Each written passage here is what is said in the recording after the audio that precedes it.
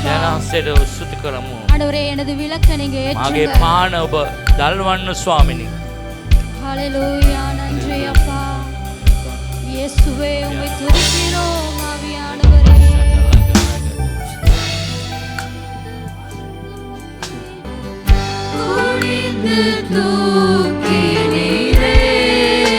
கரங்களை உயர்த்தி நீங்க கேளுங்க ஆண்டவரே. இல்லைன்னு ස්වාමීන් වහන්සේ. ஆண்டவரே நீங்க பெரியவனாக்கி நீங்க அப்பா. ஆண்டவரே ஆழத்திலிருந்து என்னை நீங்க தூக்கி எடுத்தீங்க. අපේ උස්සලන දෙවියන්. ஆண்டவரே என்னை உன்னதத்துல நீங்க அமர பண்ணினீங்க. ඔබගේ කාරුණාව නිසා.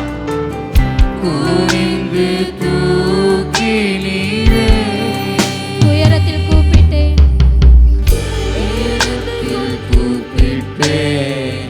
உதவிக்காய் கதறினேன், அழுகுரல் கேட்டீர். ஒவ்வொரு ஜெபங்களுக்கும் பதில் உண்டு. ஒவ்வொரு கண்ணீருக்கும் பதில் உண்டு. කඳුලටම පිළිතුරක් තිබෙනවා. அவர் எளியவனை மறப்பதே இல்லை. அவர் சிறுமைப்பட்டவனை அவர் ஒருபோதும் கைவிடுவதே இல்லை. அதனால நம்பிக்கையோடு பாடுங்க. உங்களுடைய ஜெபங்களுக்கெல்லாம் பதில் உண்டு. துணிந்து தூக்கினீர், பெரியவனாக்கினீர், உமது காருண்யத்தால். துணிந்து தூக்கினீர், பெரியவனாக்கினீர், உமது காருண்யத்தால். துணிந்து தூக்கினீரே, பெரியவனாக்கினீரே,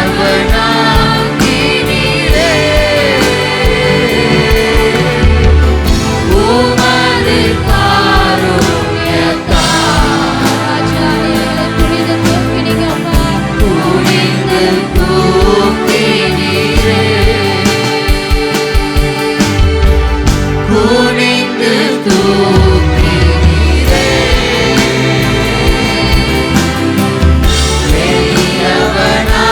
பெரியவனாக்கினீரே, உமது காருண்யத்தால்.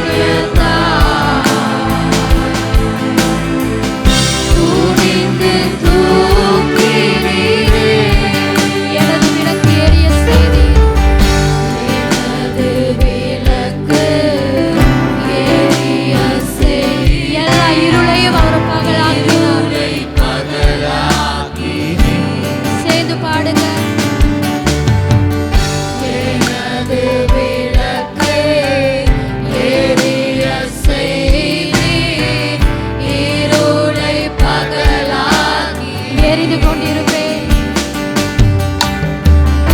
எரிந்து கொண்டிருப்பேன், எப்போதும் உமக்காய் என் ஜீவன் பிரியும் வரை.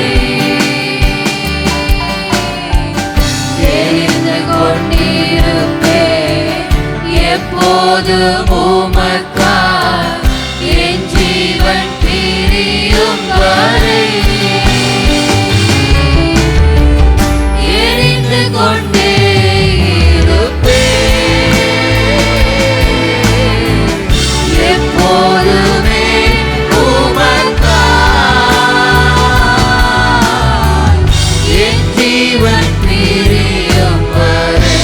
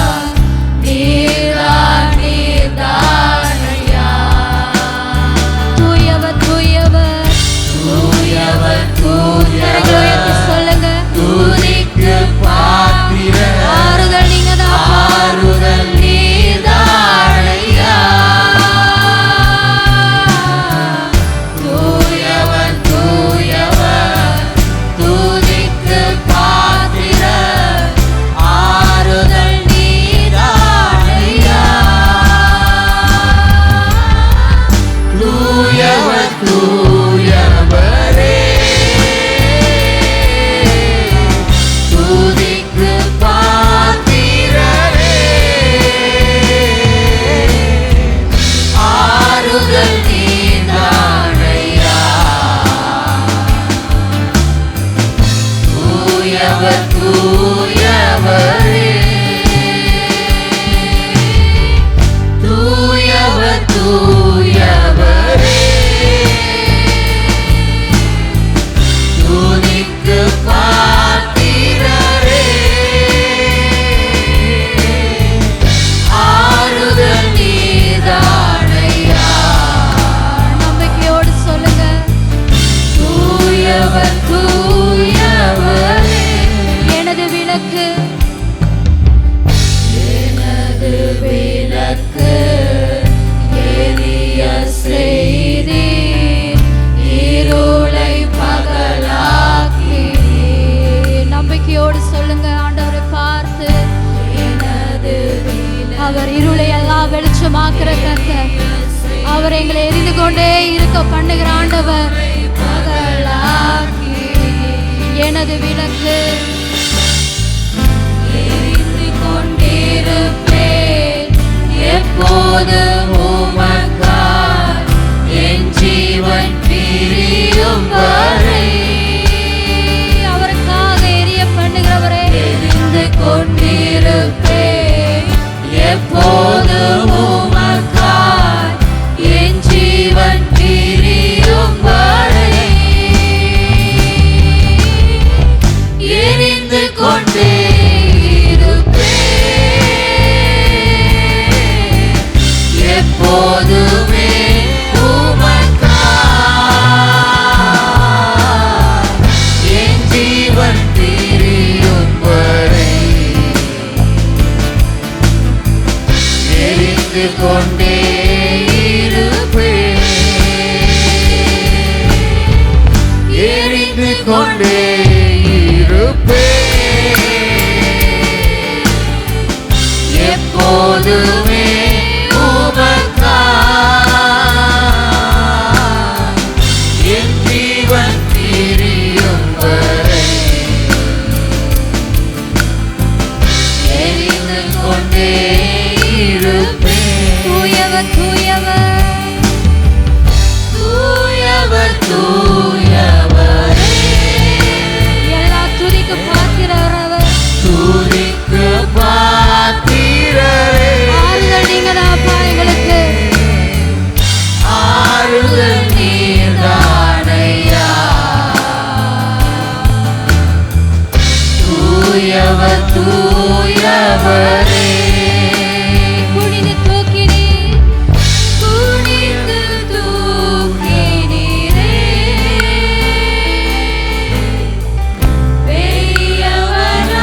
பெரியவராக்கினீரே கரங்களை உயர்த்தி சொல்லுங்க. உமது காருண்யத்தால் குனிந்து தூக்கினீரே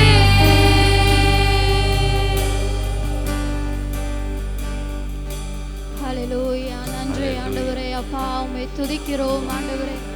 கொஞ்ச நேர சத்தத்தை உயர்த்தி ஆண்டவருக்கு நன்றி செலுத்துங்க ஆண்டவரே. இந்த காலை நேரத்தில் ஆண்டவரே அப்பா நான் உமக்காய் எரிந்து கொண்டிருக்க பண்ணுங்க ஆண்டவரே. ஐயா எங்க விளக்கு அணையாதபடி எங்களை பாதுகாத்துக் கொள்ளுங்க ஆண்டவரே. தேவரீர் எங்களில் விளக்கை நீர் எரிய பண்ணுகிற கர்த்தர். ஹல்லேலூயா. அந்த காலை நேரத்தில் உம்முடைய நாமத்தை நாங்கள் உயர்த்துகிறோம் ராஜா. ஆண்டவரே நாங்கள் உம்மை நேசிக்கிறோம் ஆண்டவரே.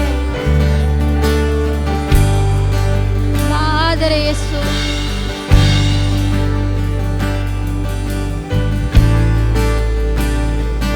அவர் சிலுவையில் எங்களுக்காக பட்ட பாரங்கள் அதிகம்.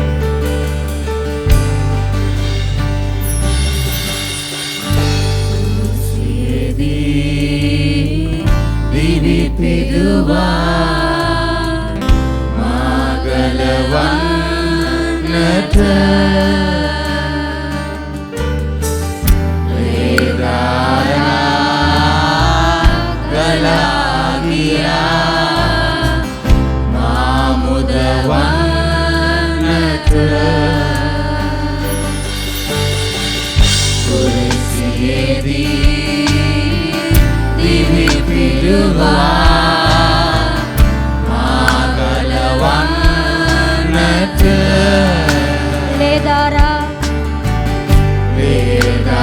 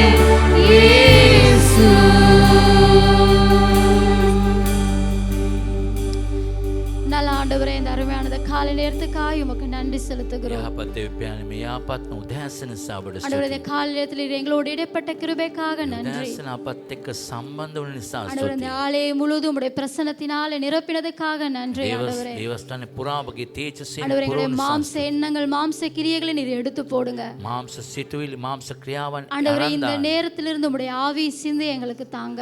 මේ වෙලාවේ ඉඳලා ඔබගේ ආත්ම සිතුවිල්ල ஆண்டவரே உம்முடைய ஆவியினால் எங்களை நிரப்புங்க. ආත්මෙන් පුරවන්න. ஆண்டவரே எங்களை முழுவதுமா உம்முடைய சமூகத்துல நாங்கள் அர்ப்பணிக்கிறோம். සියල්ලක්ම ඔබගේ අභිමුඛය අපි எல்லா பலவீனங்களையும் எடுத்து போடுங்க. සියලු දුර්වලකම් ஆண்டவரே உம்முடைய வார்த்தைக்கு நேரா எங்களுடைய இருதயத்தை திருப்புங்க. වචනයට කෙලින් ஆண்டவரே உம்முடைய சமூகத்துக்கு நேரா எங்களுடைய இருதயத்தை திருப்புங்க. අභිමුඛත්වයට කෙලින් අපගේ ஆண்டவரே எல்லா ஆண்டவரே உமக்கு விருப்பமில்லாத சிந்தனைகளை நீர் எடுத்து போடுங்க. ඔබට අකමැති සිතුවිලි අරන් දාන්න. பரிசுத்த ஆவியானவரே நீர் ஆட்கொண்டு நடத்தும்படியாக ඔබ உம்முடைய பலத்த கரத்துக்குள் எங்களை ஒப்பு கொடுத்து ஜெபம் பண்ணுகிறோம். දෑතට බාර කරනවා. ஆமென். கரங்களை தட்டி அந்த நல்ல ஆண்டவருக்கு ஒரு விசை நன்றி செலுத்துவோம்.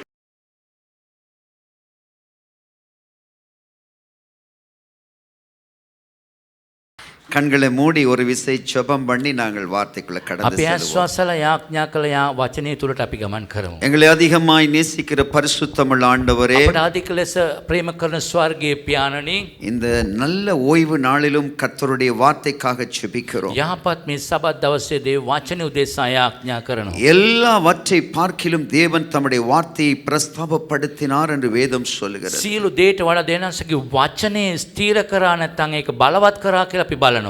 எதை பார்க்கிலும் தேவனுடைய வார்த்தை வல்லமை உள்ளது என்று வேதம் சொல்லுகிறது. සියලු දේට වඩා දෙනසගේ වචනේ බලගත් බව ප්‍රාංශේ ප්‍රකාශ කර තිබෙනවා. ஒவ்வொரு பிள்ளைகளுக்குரிய ரேமா வார்த்தையை கொடுங்கள் ஆண்டவரே. හැම දරුවෙකුටම අවශ්‍ය වූ රේමා වචනේ දෙන්න ස්වාමිනී. இன்றைக்கு யார் யாருக்கு எந்த வார்த்தை தேவையோ அதை கொடுங்க ஆண்டவரே. කාටද අද වචනේ අවශ්‍ය ඒ දේ දෙන්න ස්වාමිනී. கர்த்தருடைய கரத்தில் ஒப்பு கொடுக்கிறோம். දැනසගේ දෑතට බාර කරමි. எங்களை தரை மட்டும் தாழ்த்தி உங்களை உயர்த்துகிறோம். සම්පූර්ණයෙන්ම අපි යටහත් කරනවා. இயேசுவின் நாமத்தில் செபிக்கிறோம் நல்ல பிதாவே. යේසුස් වහන්සේගේ නාමයෙන් යාඥා කරනවා යාපත් පියාණනි. இந்த சபையில் இருக்கிற பிள்ளைகள் ஒவ்வொருவரும் මේ සභාවින් හැම දරුවෙක්ම நீங்கள் விசுவாசத்திலே அதிகமாய் கட்டப்பட்டிருக்கிறதை நான் பார்க்கிறேன். ඇදහිල්ලෙන් ඔබ ගොඩනැගී තිබෙන බව මට දකිනවා මම. ஏனென்றால் உங்களுக்கு கிடைத்த ஊழியக்காரன் ஒரு பெரிய பொக்கிஷம். ඔබට ලැබුණු දේව සේවකයා ලොකු වස්තුවක්. அவர் அழகாக சபையை நடத்த அவருக்கு நன்றாக அனுபவங்கள் உண்டு. සභාව හරියාකාරයෙන් මඟ පෙන්වීමට හොඳ අත්දැකීමක් කොට තිබෙනවා. இன்றைக்கு வார்த்தையிலும் මේ අද දවසේ වචනය තුලත් இந்த காரியத்தில் நாங்கள் எப்படி வளர வேண்டும் என்றதை குறித்து பார்க்க போகிறோம். මේ දේෙන් කොහොමද අපි වැඩෙන්න ඕනේ කියලා අපි බලන්න යනවා. ஒரு மனுஷனுடைய வாழ்க்கையில එක මිනිහෙක්ගේ ජීවිතේ ஆவியானவர் மாத்திரம் இல்லாவிட்டால் ආත්මයන් වහන්සේ නැත්නම් அவனுடைய வாழ்க்கையில எதையும் சாதிக்க மாட்டான். ඔහුගේ ජීවිතේ කිසි දෙයක් ජය ගන්න බෑ. உங்களுக்கு ஞாபகம் இருக்கா தெரியாது, ඔබට මතකද දන්නේ නැහැ. போன ஒரு தடவை நான் இங்க வரும்போது එක වතාවක් මම මේට එනකොට நான் சொன்ன ஒரு பிரசங்க குறிப்பு, මම දේශනාවක කියපු සටහනක් 4 விதமான கிறிஸ்தவர்கள் இருக்கிறார்கள் என்று நான் பேசினேன். අතරාකාර ක්‍රිස්තියානියා ඉන්නව බව ඔබට කතා කළා. அந்த வார்த்தையை பேசும்போது மிகவும் காரசாரமாக நான் ඒ பேசினேன். වචනේ මං කතා කරනකොට ඉතා දැඩි ලෙස මං කතා කළා. நீங்கள் அந்த நேரம் அந்த வார்த்தைகளை உங்களுக்கு எடுத்துக்கொண்டிருந்தால் அந்த வார்த்தைகள் உங்களுக்கு ஞாபகம் ඔබ இருக்கும். ඒ දවසේ වචනේ ඔබ ඔබගේ හදවතට ගත්තොත් ඔබට මතකයි ඒක. கிறிஸ்தவர்கள் என்றால் ක්‍රිස්තියානියයි කියලා කිව්වම கிறிஸ்துவை உடையவர்கள் என்று அர்த்தம். ක්‍රිස්වාන්සේට අයිති අය තමයි සමාන වෙන්නේ. கிறிஸ்துவை ஒரு மனிதன் தரித்துக் கொண்டவன் தான் கிறிஸ்தவன். ක්‍රිස්වාන්සේව දරාගත් අය තමයි ක්‍රිස්වාන්සේගේ දරුවෙක් වෙන්නේ. பேருக்கு கிறிஸ்தவர்களாக இருந்து என்ன பிரயோஜனம்? නාමික ක්‍රිස්තියානියෙක් ලෙස ඉඳලා මොනවද ප්‍රයෝජනය? இன்றைக்கு பார்க்க போகிற வார்த்தையினுடைய தலையங்கம் අද දේනාසගේ වචනේ මාර්තුකාව ஆவியானவரால நடத்த பழக வேண்டும். ආත්මෙන් වහන්සේ තුලින් අපිව නඩත්තු කරන්නට ඕනේ. நாங்கள் இந்த சபைக்குள்ளே வந்து ஆண்டவருடைய வார்த்தை இந்த நாளை நாங்கள் கேட்கும் போது අපි සභාවට ඇවිල්ලා දේ වචනේ අස්සනකොට எங்களோட வாழ்க்கை வார்த்தையா இருக்க வேண்டும். අපගේ ජීවිතේම වචනයක් වෙන්නට ඕනේ. எங்களோட வாழ்க்கை மற்றவர்களுக்கு சாட்சியா இருக்க வேண்டும். අපගේ ජීවිතේ තව කෙනෙකුට සාක්ෂියක් වෙන්නට ඕනේ. எங்களோட வாழ்க்கையை பார்க்கிறவர்கள் இவர்களுக்குள்ள ஏதோ ஒரு வித்தியாசம் இருக்குன்னு தெரிய வேண்டும். අපගේ ජීවිතේ බලනකොට මේ අය තුළ මොනවාද වෙනසක් තියෙනවා කියලා දැනගන්න ඕනේ. உலகத்துக்கும் எங்களுக்கும் வித்தியாசம் தெரிய வேண்டும். ලෝකයටයි අපටයි වෙනසක් තිබෙන්නට ඕනේ. உலகத்தோடு ஒத்த வேஷம் எங்களால் தரிக்க முடியாது. ලෝකයේත් එක්ක අපි එකට යන්නට බෑ.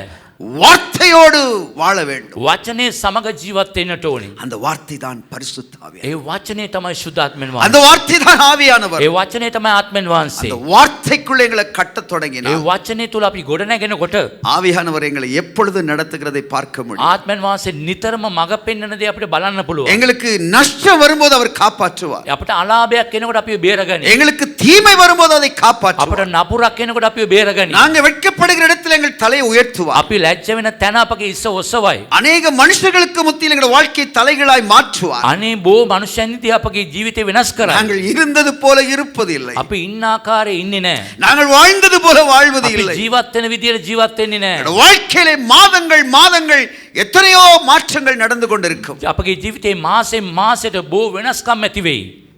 நீங்க தான் இதை குறித்து சிந்திக்க வேண்டும். ඔබ තමයි මේ දැන හිතන්නට ඕනේ. நீங்க எத்தனை வருஷங்களா இந்த சபையில இருக்கிறீங்க? කොතරම් අවුරුදු ගණන් මේ සභාවේ ඉන්නවද? உங்களோட வாழ்க்கையில எப்படிப்பட்ட மாற்றங்கள் வந்திருக்கு? ඔබගේ ජීවිතේ මොන වගේ වෙනස්කම්ද ඇති වෙලා තිබෙන්නේ? ஏன் எனக்கு மாற்றம் வரவில்லை என்று நீங்கள் யோசிக்க வேண்டும். ඇයි ඔබ කල්පනා කරන්න ඇයි මට වෙනසක් නැත්තේ මගේ ජීවිතේ? என்னுடைய வாழ்க்கையில இன்னும் ஏன் எனக்கு தரித்திரம் இருக்குன்னு யோசிக்க வேண்டும். තාමත් ඇයි මගේ ජීවිතේ දිලිඳුකම? என்னுடைய வாழ்க்கையில ஏன் வேதனை இருக்குன்னு ඇයි யோசிக்க வேண்டும். තාම මගේ ජීවිතේ වේදනාව? என்னுடைய வாழ்க்கையில ஏன் இன்னும் விடுதலை இல்லை என்று யோசிக்க ඇයි வேண்டும். මගේ තාම මගේ ජීවිතේ නිදහසක් නැත්තේ? காரணம் ஆவியானவர் இல்லை. කාරණේ ආත්මෙන් වහන්සේ නැහැ. ஆவியானுடைய நடத்துதல் இல்லை. ආත්මෙන් වහන්සේගේ මඟ පෙන්වීම නැහැ. நீங்க ஜெபத்தில் ஆவியானோட அவ்வளவு பழகுவதில்லை. යාඥාවේදී ආත්මෙන් වහන්සේ එක්ක කිසිම පුහුණු වීමක් නැත්නම් පුරුදු වීමක් නැහැ. ஒரு மனுஷனுடைய வாழ்க்கையில මනුෂ්‍යයාගේ ජීවිතේ ஜெபிக்க தொடங்கினா යාඥා කරන්න පටන් ගත්තම அவனால் அந்த ஜெபத்தை நிறுத்த முடியாது. එයාට යාඥාව නතර කරන්න බෑ. என் ஆவியானவர் சொல்லிக் கொண்டிருப்பார். ආත්මෙන් වහන්සේ කියාගෙන ඉන්නවා. ஆவியானவர் பேசிக் கொண்டிருப்பார். ආත්මෙන් වහන්සේ කතා කරගෙන அந்த ඉන්නවා. மனுஷனுடைய வாழ்க்கையில பல மாற்றங்களை அவனால பார்க்க முடியும். මනුෂ්‍යයාගේ බොහෝ වෙනස්කම් දකින්න පුළුවන්. நாங்கள் ஒரு வார்த்தையை வாசிப்போம். අපි වචනයක් කියවමු. யோவான் எழுதின சுவிசேஷ புத்தகம் යෝවාන් සුභාරංචි පොත 16வது அதிகாரம் 14 වෙනි පරිච්ඡේදය 16வது அதிகாரம் 16 වෙනි පරිච්ඡේදය 7வது வசனத்துல இருந்து 11வது வசனம் வரைக்கும் 7 யாராவது වෙනි ஒரு පදයේ සිට 11 වෙනි පදයේ දක්වා අපි කියවමු. நான் உங்களுக்கு உண்மையை சொல்லுகிறேன். நான் போகிறது உங்களுக்கு பிரயோஜனமாயிருக்கும். நான் போகாதிருந்தால் தேற்றரவாளன் உங்களிடத்தில் வரார். நான் போவேனே ஆகில் அவரை உங்களிடத்திற்கு அனுப்புவேன். அவர் வந்து பாவத்தை குறித்தும் நீதியை குறித்தும் நியாய தீர்ப்பை குறித்தும் உலகத்தை கண்டித்து உணர்த்துவார். அவர்கள் என்னை விசுவாசியாதபடியினாலே பாவத்தை குறித்தும் நீங்கள் இனி என்னை காணாதபடிக்கு நான் என் பிதாவினிடத்திற்கு போகிறபடியினாலே நீதியை குறித்தும் இந்த உலகத்தின் அதிபதி நியாயம் தீர்க்கப்பட்டதினாலே நியாய தீர்ப்பை குறித்தும் கண்டித்து உணர்த்துவார். இன்னும் ஆமென் ஆமென். வசனம் சொல்கிறது, වචනේ කියනවා நான் போகாதிருந்தால் මම නොගියොත් தேற்றரவாளன் ඒ உங்களிடத்தில் வரார். සැනසිලි දායකයන්ව ඔබ තුලට එන්නේ නැහැ. நான் போவேனே ஆகில் මම යනවා නම් அவரை உங்களிடத்தில் அனுப்புவேன். එතුමාවම ඔබ වෙතට යවමි. அவர் வந்து, එතුමා ඇවිල්ලා எவர் வந்து, කවුද கொஞ்சம் பேசுங்க. කතා කරන්න? எவர் வந்து? කවුරු ආවද? பரிசுத்த ஆவியானவர் வந்து සුදතන් වහන්සේ පැමිණ பாவத்தை குறித்தும் පාපය ගැනත් நீதியை குறித்தும் ධර්මිෂ්ඨය ගැනත් நியாய தீர்ப்பை குறித்தும் විනිශ්චය ගැනත් உலகத்தை ලෝකයට அன்பாய் உணர்த்துவார். ප්‍රේමයෙන් වටහා දෙයි. அப்படியா இருக்குது? එහෙමද තියෙන්නේ? எப்படி உணர்த்துவார்? කොහොමද වටහා දෙන්නේ? அப்போ பேசும்போது சில வார்த்தைகள் கடினமாய் வந்தால் சாந்தமாய் அதை ஏற்றுக்கொள்ள வேண்டும். ඒ වචනේ ටිකක් තදින් ආවොතින් ඔබ සාන්ත දාන්තව ඒ වචනේ පිළිගන්න. வசனம் வரும்போது எங்களை சீர்திருத்தத்தான் வசனம் ඒ வரும். වචනේ එන්නේ අපිව අරිගස්ස ගන්නට තමයි. வசனம் வரும்போது எங்களுடைய வாழ்க்கையை மாற்றுவதற்கு தான் ඒ வசனம் வரும். වචනේ එන්නේ අපගේ ජීවිතේ වෙනස් කරන්න. உங்களை தட்டி கொடுத்து உங்களை ஆசீர்வதிப்பார், உங்களை மேன்மைப்படுத்துவார், உங்களை பெருமைப்படுத்துவார் என்று சொல்றதில் என்ன பிரயோஜனம்? ඔබ තට්ටු කරලා ඔබ ආශිර්වාද කරයි, ඔබ උසස් කරයි, ඔබ ආදරය කරයි කියලා කිව්වම මොකද වෙන්නේ? ஆவியானவரோடு நடக்க பழக வேண்டுமானால் ඒ ආත්මෙන් වහන්සේත් එක්ක ගමන් කරන්නට පුරුදු වෙන්න ඕනේ නම් அவர் கண்டித்து உணர்த்தும் போது එයා දැඩි ලෙස අපට අඟවනකොට இருதயத்தை அர்ப்பணிக்க தெரிய ඒ හදවත කැප කරන්නට පුරුදු වෙන්නට ஆண்டவரே நீங்க எனக்குத்தான் பேசுறீங்க, ඔබයි මට කතා කරන්නේ. ஆண்டவரே நீங்க இது எனக்குத்தான் சொல்றீங்க. මේ වචනේ කතා කරන්නේ ඔබ මටයි. அந்த சாந்தமாய் அதை ஏற்றுக்கொள்ள ඒක வேண்டும். සාන්තව අපි පිළිගන්න ඕනේ. அந்த வசனத்துல 16வது அதிகாரம் 9வது வசனம் சொல்லுகிறது, ඒ 16:9 කියනවා அவர்கள் என்னை விசுவாசியாதபடியினாலே ඒ හැම මව නොහදන නිසා பாவத்தை குறித்தும். පාපය ගැනත් பாவத்தை குறித்து ஏன் அவர் பேசுகிறார் என்றால் அவர்கள் என்னை விசுவாசிப்பதில்லை. ඒ පාපය ගැන කතා කරන්න හේතුව ඒ අය විශ්වාස කරන්නේ නැහැ. ஏனோ தானோ ஒன்று சபைக்குள்ள வந்துட்டு போகக்கூடாது. ඕනුවට එපාට ඇවිල්ලා සභාවට ඇවිල්ලා යනවා. மாஸ்டர் கொஞ்ச நேரத்துக்கு முன்னுக்கு பல காரியங்களை குறித்து உங்களுக்கு சொன்னார். පාසල් මේ ටික වෙලාවකට ඉස්සර සමහර දේවල් ඔබට කිව්වා. அந்த கையை விதைக்கிற ஒரு கையை குறித்து அவர் சொன்னார். අත දෙන කතාවක් කිව්වා, දික් කරලා දෙන කතාවක්. வேதம் சொல்கிறது සුදු බයිබලයේ කියනවා வலது கை கொடுப்பதை இடது கைக்கு தெரியக்கூடாது என்று சொல்கிறது. දකුණු අතින් දෙන දේ වම අත දැනගන්න නරකයි කියනවා. முறுமுறுக்க கூடாது. කොඳුරන් නරකයි. கர்த்தரை நம்பி வாழ்க்கை இருக்கணும். දෙනාන්සේ විශ්වාස කළ ජීවිතය තිබෙන්න ඕනේ. மனுஷனை நம்பி எந்த வாழ்க்கையும் ஓடக்கூடாது. මනුෂ්‍යයා විශ්වාස කළ මොන ජීවිතයක් තියෙන නරකයි. அவர் சொல்லுகிறார் என்று டக்குன்னு ஒரு விசனம் வரக்கூடாது. එතනවා කියනවා කියලා නිකන් තිත්ත භාවයක් කේන්තියක් එන්න නරකයි. அதனால் என்னை சோதித்து பாருங்கள் என்று மல்கியால சொல்கிறாரே. මල්කියාගේ කියනවා ඒ දේව මට දීලා ඔබ පරීක්ෂා කරලා බලන්න කියනවා. நாம் ஆண்டவரை சோதிக்க கூடாது. දෙනාන්සේ පරීක්ෂා කරන්න නරකයි. அவர் ரொம்ப அன்பான ஒரு தெய்வம். අධික ප්‍රේමණීය දෙවි කෙනෙක්. நீங்க அவரை போல ஒரு அன்பான தகப்பனை நீங்க கண்டிருக்கவே முடியாது. එතුමා වගේ ප්‍රේමණීය තාත්තා කෙනෙක් ඔබට දකින්නට බෑ. அவரை போல ஒரு அன்பான அம்மாவை நீங்க பார்த்திருக்க முடியாது. තරම් ප්‍රේමණීය මවක් ඔබට දකින්න බෑ. உங்களுக்கு ஒரு கஷ்டம் என்றா அழுகிறவர் அவர்தான். ඔබට අමාරුකමක් ආවම එතුමා තමයි අඬන්නේ. உங்களுக்கு ஒரு பிரச்சனை என்றா முதலாவது வேதனைப்படுகிறவர் அவர்தான். ඔබට ප්‍රශ්නයක් ආවම ප්‍රථමයෙන්ම දුකට වේදනාවට පත් වෙන්නේ එතුමයි. ஆனா ஒரு விஷயம் மாத்திரம் அவர் உங்கள்ட்ட எதிர்பார்ப்பார் தெரியுமா? නමුත් එක දෙයක් පමණක් ඔබගෙන් බලාපොරොත්තු වෙනවා. எந்த அளவுக்கு நீங்கள் அவரை நேசிக்கிறீர்கள் என்று எதிர்பார்ப்பார். කොතරම් විදියට මිම්මක් ඔබගේ ප්‍රේමයේ තිබෙනවද?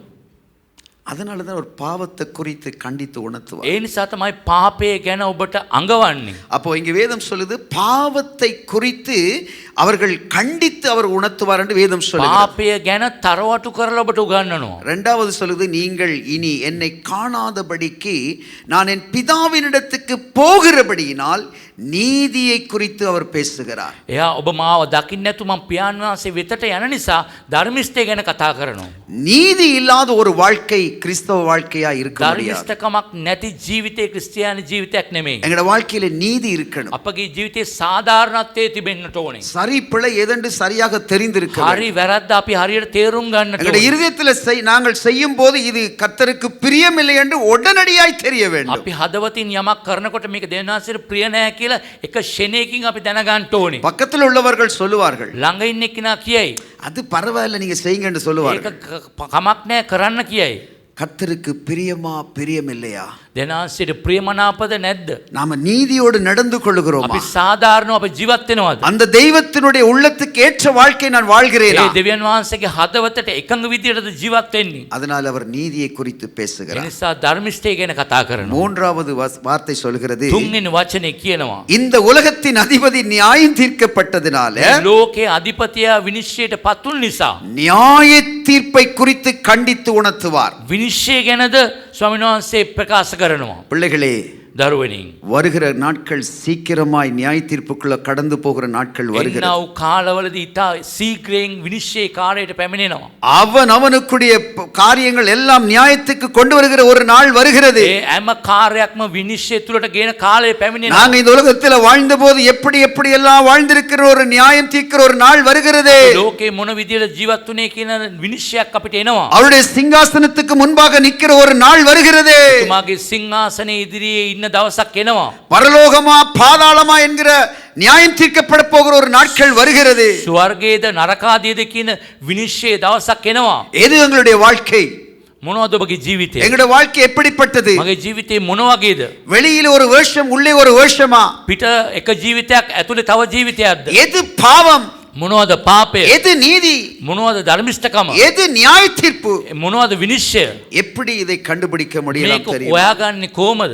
வாசிப்போம் யோவான் எழுதின சுவிசேஷ புத்தகம் අපි කියමු යෝහාන් සුභාරංචි 14வது அதிகாரம் 16வது வசனம். 16 வாசிங்கள். நான் பிதாவை வேண்டிக் கொள்ளுவேன், அப்பொழுது என்றென்றைக்கும் உங்களுடனே கூட இருக்கும்படிக்கு சத்திய ஆவியாகிய வேறொரு தேற்றரவாளனை அவர் உங்களுக்கு தந்தருளுவார். அடுத்த வசனத்தை வாசிங்க. 17. 17ත් කියවන්න. உலகம் அந்த சத்திய உலகம் அந்த சத்திய ஆவியானவரை காணாமலும் அறியாமலும் இருக்கிறபடியால் அவரை பெற்றுக்கொள்ள மாட்டாது. அவர் உங்களுடனே வாசம் பண்ணி உங்களுக்குள்ளே இருப்பதால் நீங்கள் அவரை அறிவீர்கள். 14, 16. එවිට මම පියන් වහන්සේගේ අයදින් නෙමි. උන්වහන්සේද ඔබ සමග සදාටම සිටින පිණිස වෙනත් සහායදායකයෙක් දෙනසේක. ඒ සහායදායකයා අනුව සත්‍ය ආත්මය අනුවය. උන්වහන්සේ පිළිගැනීම ලෝකයට අපෝ සත්‍ය. මන්ද ලෝකයා උන්වහන්සේ දකින්නේවත් අඳුනන්නේවත් නැත. ඒත් ඔබ උන්වහන්සේ අඳුනන්නෝය. මන්ද උන්වහන්සේ ඔබ සමග නැවතී සිටිමින් ඔබ තුල වැඩවසනසේක. பாவம் எது? පාපය කුමක්ද? நீதி எது? ධර්මිෂ්ඨකම කුමක්ද? நியாய தீர்ப்பு எது என்று அறிந்து கொள்வதற்கு විනිශ්චය මොනවද කියලා දැනගැනීමට வேதம் சொல்கிறது, සුදු බයිබලයේ කියනවා என்றென்றைக்கும் உங்களுடனே கூட இருக்கும்படியாக සදාටම ඔබ තුල ඉන්න පිණිස சத்திய ஆவியாகிய வேறொரு தேற்றரவாளனை සත්‍යතාවයේ ආත්මෙන් වහන්සේ නැමැති ආත්මෙන් වහන්සේ எங்களுக்குள்ள வைத்திருக்கிறார். අප තුල තබා තිබෙනවා. நாங்கள் அவரோடு தான் எங்கும் போகிறோம். නිතරම යා තත් තමයි යන්නේ. நாங்கள் அவரோடு தான் நடக்கிறோம். එයත් එක්ක තමයි ඇවිදින්නේ. நாங்கள் அவரோடு தான் படுக்கிறோம். එයත් එක්ක තමයි නිදාගන්නේ. அவரோடு தான் එයත් எழுந்திருக்கிறோம். එක්කම නැගිටිනවා. அடுத்த 17வது வசனத்தில் சொல்லப்படுகிறது, ඒ 18 වෙනි පදේ කියනවා உலகம் அந்த சத்திய ஆவியானவரை காணாமலும் ලෝකයේ මේ සත්‍ය ආත්මෙන් වහන්සේ දන්නේ නැතුව அறியாமலும் இருக்கிறபடியால் නොදැනුවත්ම ඉන්නවා. அவரை பெற்றுக்கொள்ள மாட்டார்கள். ඒතුමා ඒගොල්ලොන්ව ලබා ගන්නේ නැහැ. அவர் உங்களுக்குள்ளே வாசம் பண்ணி ඔබ තුල වාසය කරලා உங்களுக்குள்ளே இருப்பதனால் ඔබ තුල ඉන්න නිසා நீங்கள் அவரை அறிவீர்கள். ඔබ එතුමාව දන්නවා. எத்தனை பேர் அந்த அந்த அனுபவத்துக்குள்ள நீங்க போயிருக்கிறீங்க? කී දෙනෙක් මේ අත්දැකීම් තුලට ගිහිල්ලා තිබෙනවද? பரிசுத்த ஆவியானவரோடு உறவாடுகிற அனுபவம் எத்தனை பேருக்கு ඒ இருக்கிறது? සුදපන් වහන්සේත් එක්ක සක්මන් කරන ඒ අත්දැකීම් කී දෙනෙක් තිබෙනවද? வாழ்க்கையில வெற்றி சிறக்க வேண்டும். ජීවිතේ ජයග්‍රහණය කරන්න ඕනේ. கிறிஸ்தவன் அழுது அழுது வாழக்கூடாது. ක්‍රිස්තියානි කාර්යය අඬ අඬ ජීවත් වෙන්න නරකයි. கிறிஸ்தவனுடைய வாழ்க்கையில எப்பொழுது வெற்றி இருக்க வேண்டும்? ක්‍රිස්තියානි ජීවිතේ ජයග්‍රහණය කරන්න ඕනේ. அவன் கீழே இறங்குறதை மற்றவன் பார்க்க கூடாது. එයා බිමට වැටෙන එක අනිත් අය දකින්න නරකයි. அவன் எப்பொழுதும் உயர உயர மேல போக வேண்டும். නිතරම එයා නිතරම උසස් තැනකට යන්නට ඕනේ. அதுக்கு ஒரே வழி ඒකට එකම මාර්ගය ஆவியானவரோடு நடக்க வேண்டும். ආත්මන් වහන්සේත් එක්ක ගමන. ஆவியானவரோடு பேச வேண்டும். ආත්මන් වහන්සේත් එක්ක කතා කරන්න ඕනේ. ஆவியானவரோடு உறவாட வேண்டும். ආත්මන්ත් එක්ක හොඳ සම්බන්ධකමක් ஒரு ඇති කරන්න. அப்பா பிள்ளை உறவு, ஒரு அம்மா பிள்ளை உறவா இருக்க ඒ வேண்டும். තාත්තයි දරුවයි නැත්තම් අම්මයි දරුවයි වගේ සම්බන්ධකමක් තිබෙන්න ඕනේ. அந்த ஃபெலோஷிப்புக்குள்ள எந்த மனுஷன் போகிறானோ ඒ ෆෙලෝෂිප් එක තුලට කොයි මනුෂ්‍යද යන්නේ? அந்த மனுஷனுடைய வாழ்க்கையில வெற்றி பலங்கரமா இருக்கும். එයාගේ ජයග්‍රහණය ඉතා බලවත්ව තිබේ. 15வது அதிகாரம் 26வது வசனம் யோவான் புத்தகத்தை வாசித்து பாருங்கள். 15:26 யோவான் තුමාගේ සුභාරංචි පොත අපි කියවලා බලමු. பிதாவினிடத்திலிருந்து நான் உங்களுக்கு அனுப்ப போகிறவரும் பிதாவினிடத்திலிருந்து புறப்படுகிறவருமாகிய சத்திய ஆவியான தேற்றரவாளன் வரும்போது அவர் என்னை குறித்து சாட்சி கொடுப்பார். මා විසින් ඔබ වෙතට එවා වදාරන සහායදායකයනු එනම් පියන් වහන්සේ වෙතින් නික්මෙන සත්‍යතාවේ ආත්මයන් වහන්සේ පැමිණ කල උන්වහන්සේ මා ගැන සාක්ෂි දරන සේක. எப்படி நாங்கள் வெற்றியை பெற்றுக்கொள்வது? කොහොමද ජයග්‍රහණය ලබන්නේ? இந்த வசனத்தில் என்ன මේ சொல்லப்படுகிறது? වචනේ මොනවද කියන්නේ? என்னை குறித்து அவர் சாட்சி கொடுப்பார். මා ගැන සාක්ෂි දරයි. அப்போ யாரை குறித்து? කා ගැනද? இப்ப நீங்க சொல்லுங்க, யாரை දැන් குறித்து? කියන්නේ කා ගැනද? ஆ? இல்ல, என்னை குறித்து. அது யாரை குறித்து? ඒ කා ගැනද? இயேசுவை குறித்து. යේසුස් වහන්සේ ගැන. இயேசு கிறிஸ்துவின் நாமத்தினாலே යේසුස් වහන්සේගේ නාමයෙන් அங்கதான் விடுதலை. එතන තමයි නිදහස. நாங்க பிதாவை பரிசுத்தாவியானவரை ரொம்ப கனப்படுத்துகிறோம். අපි පියාණන් වහන්සේද ශුද්ධාත්මන වහන්සේ ගරු කරනවා. மூன்று பேரும் ஒருவர் தான். ඒ ත්‍රිත්වයම එකයි.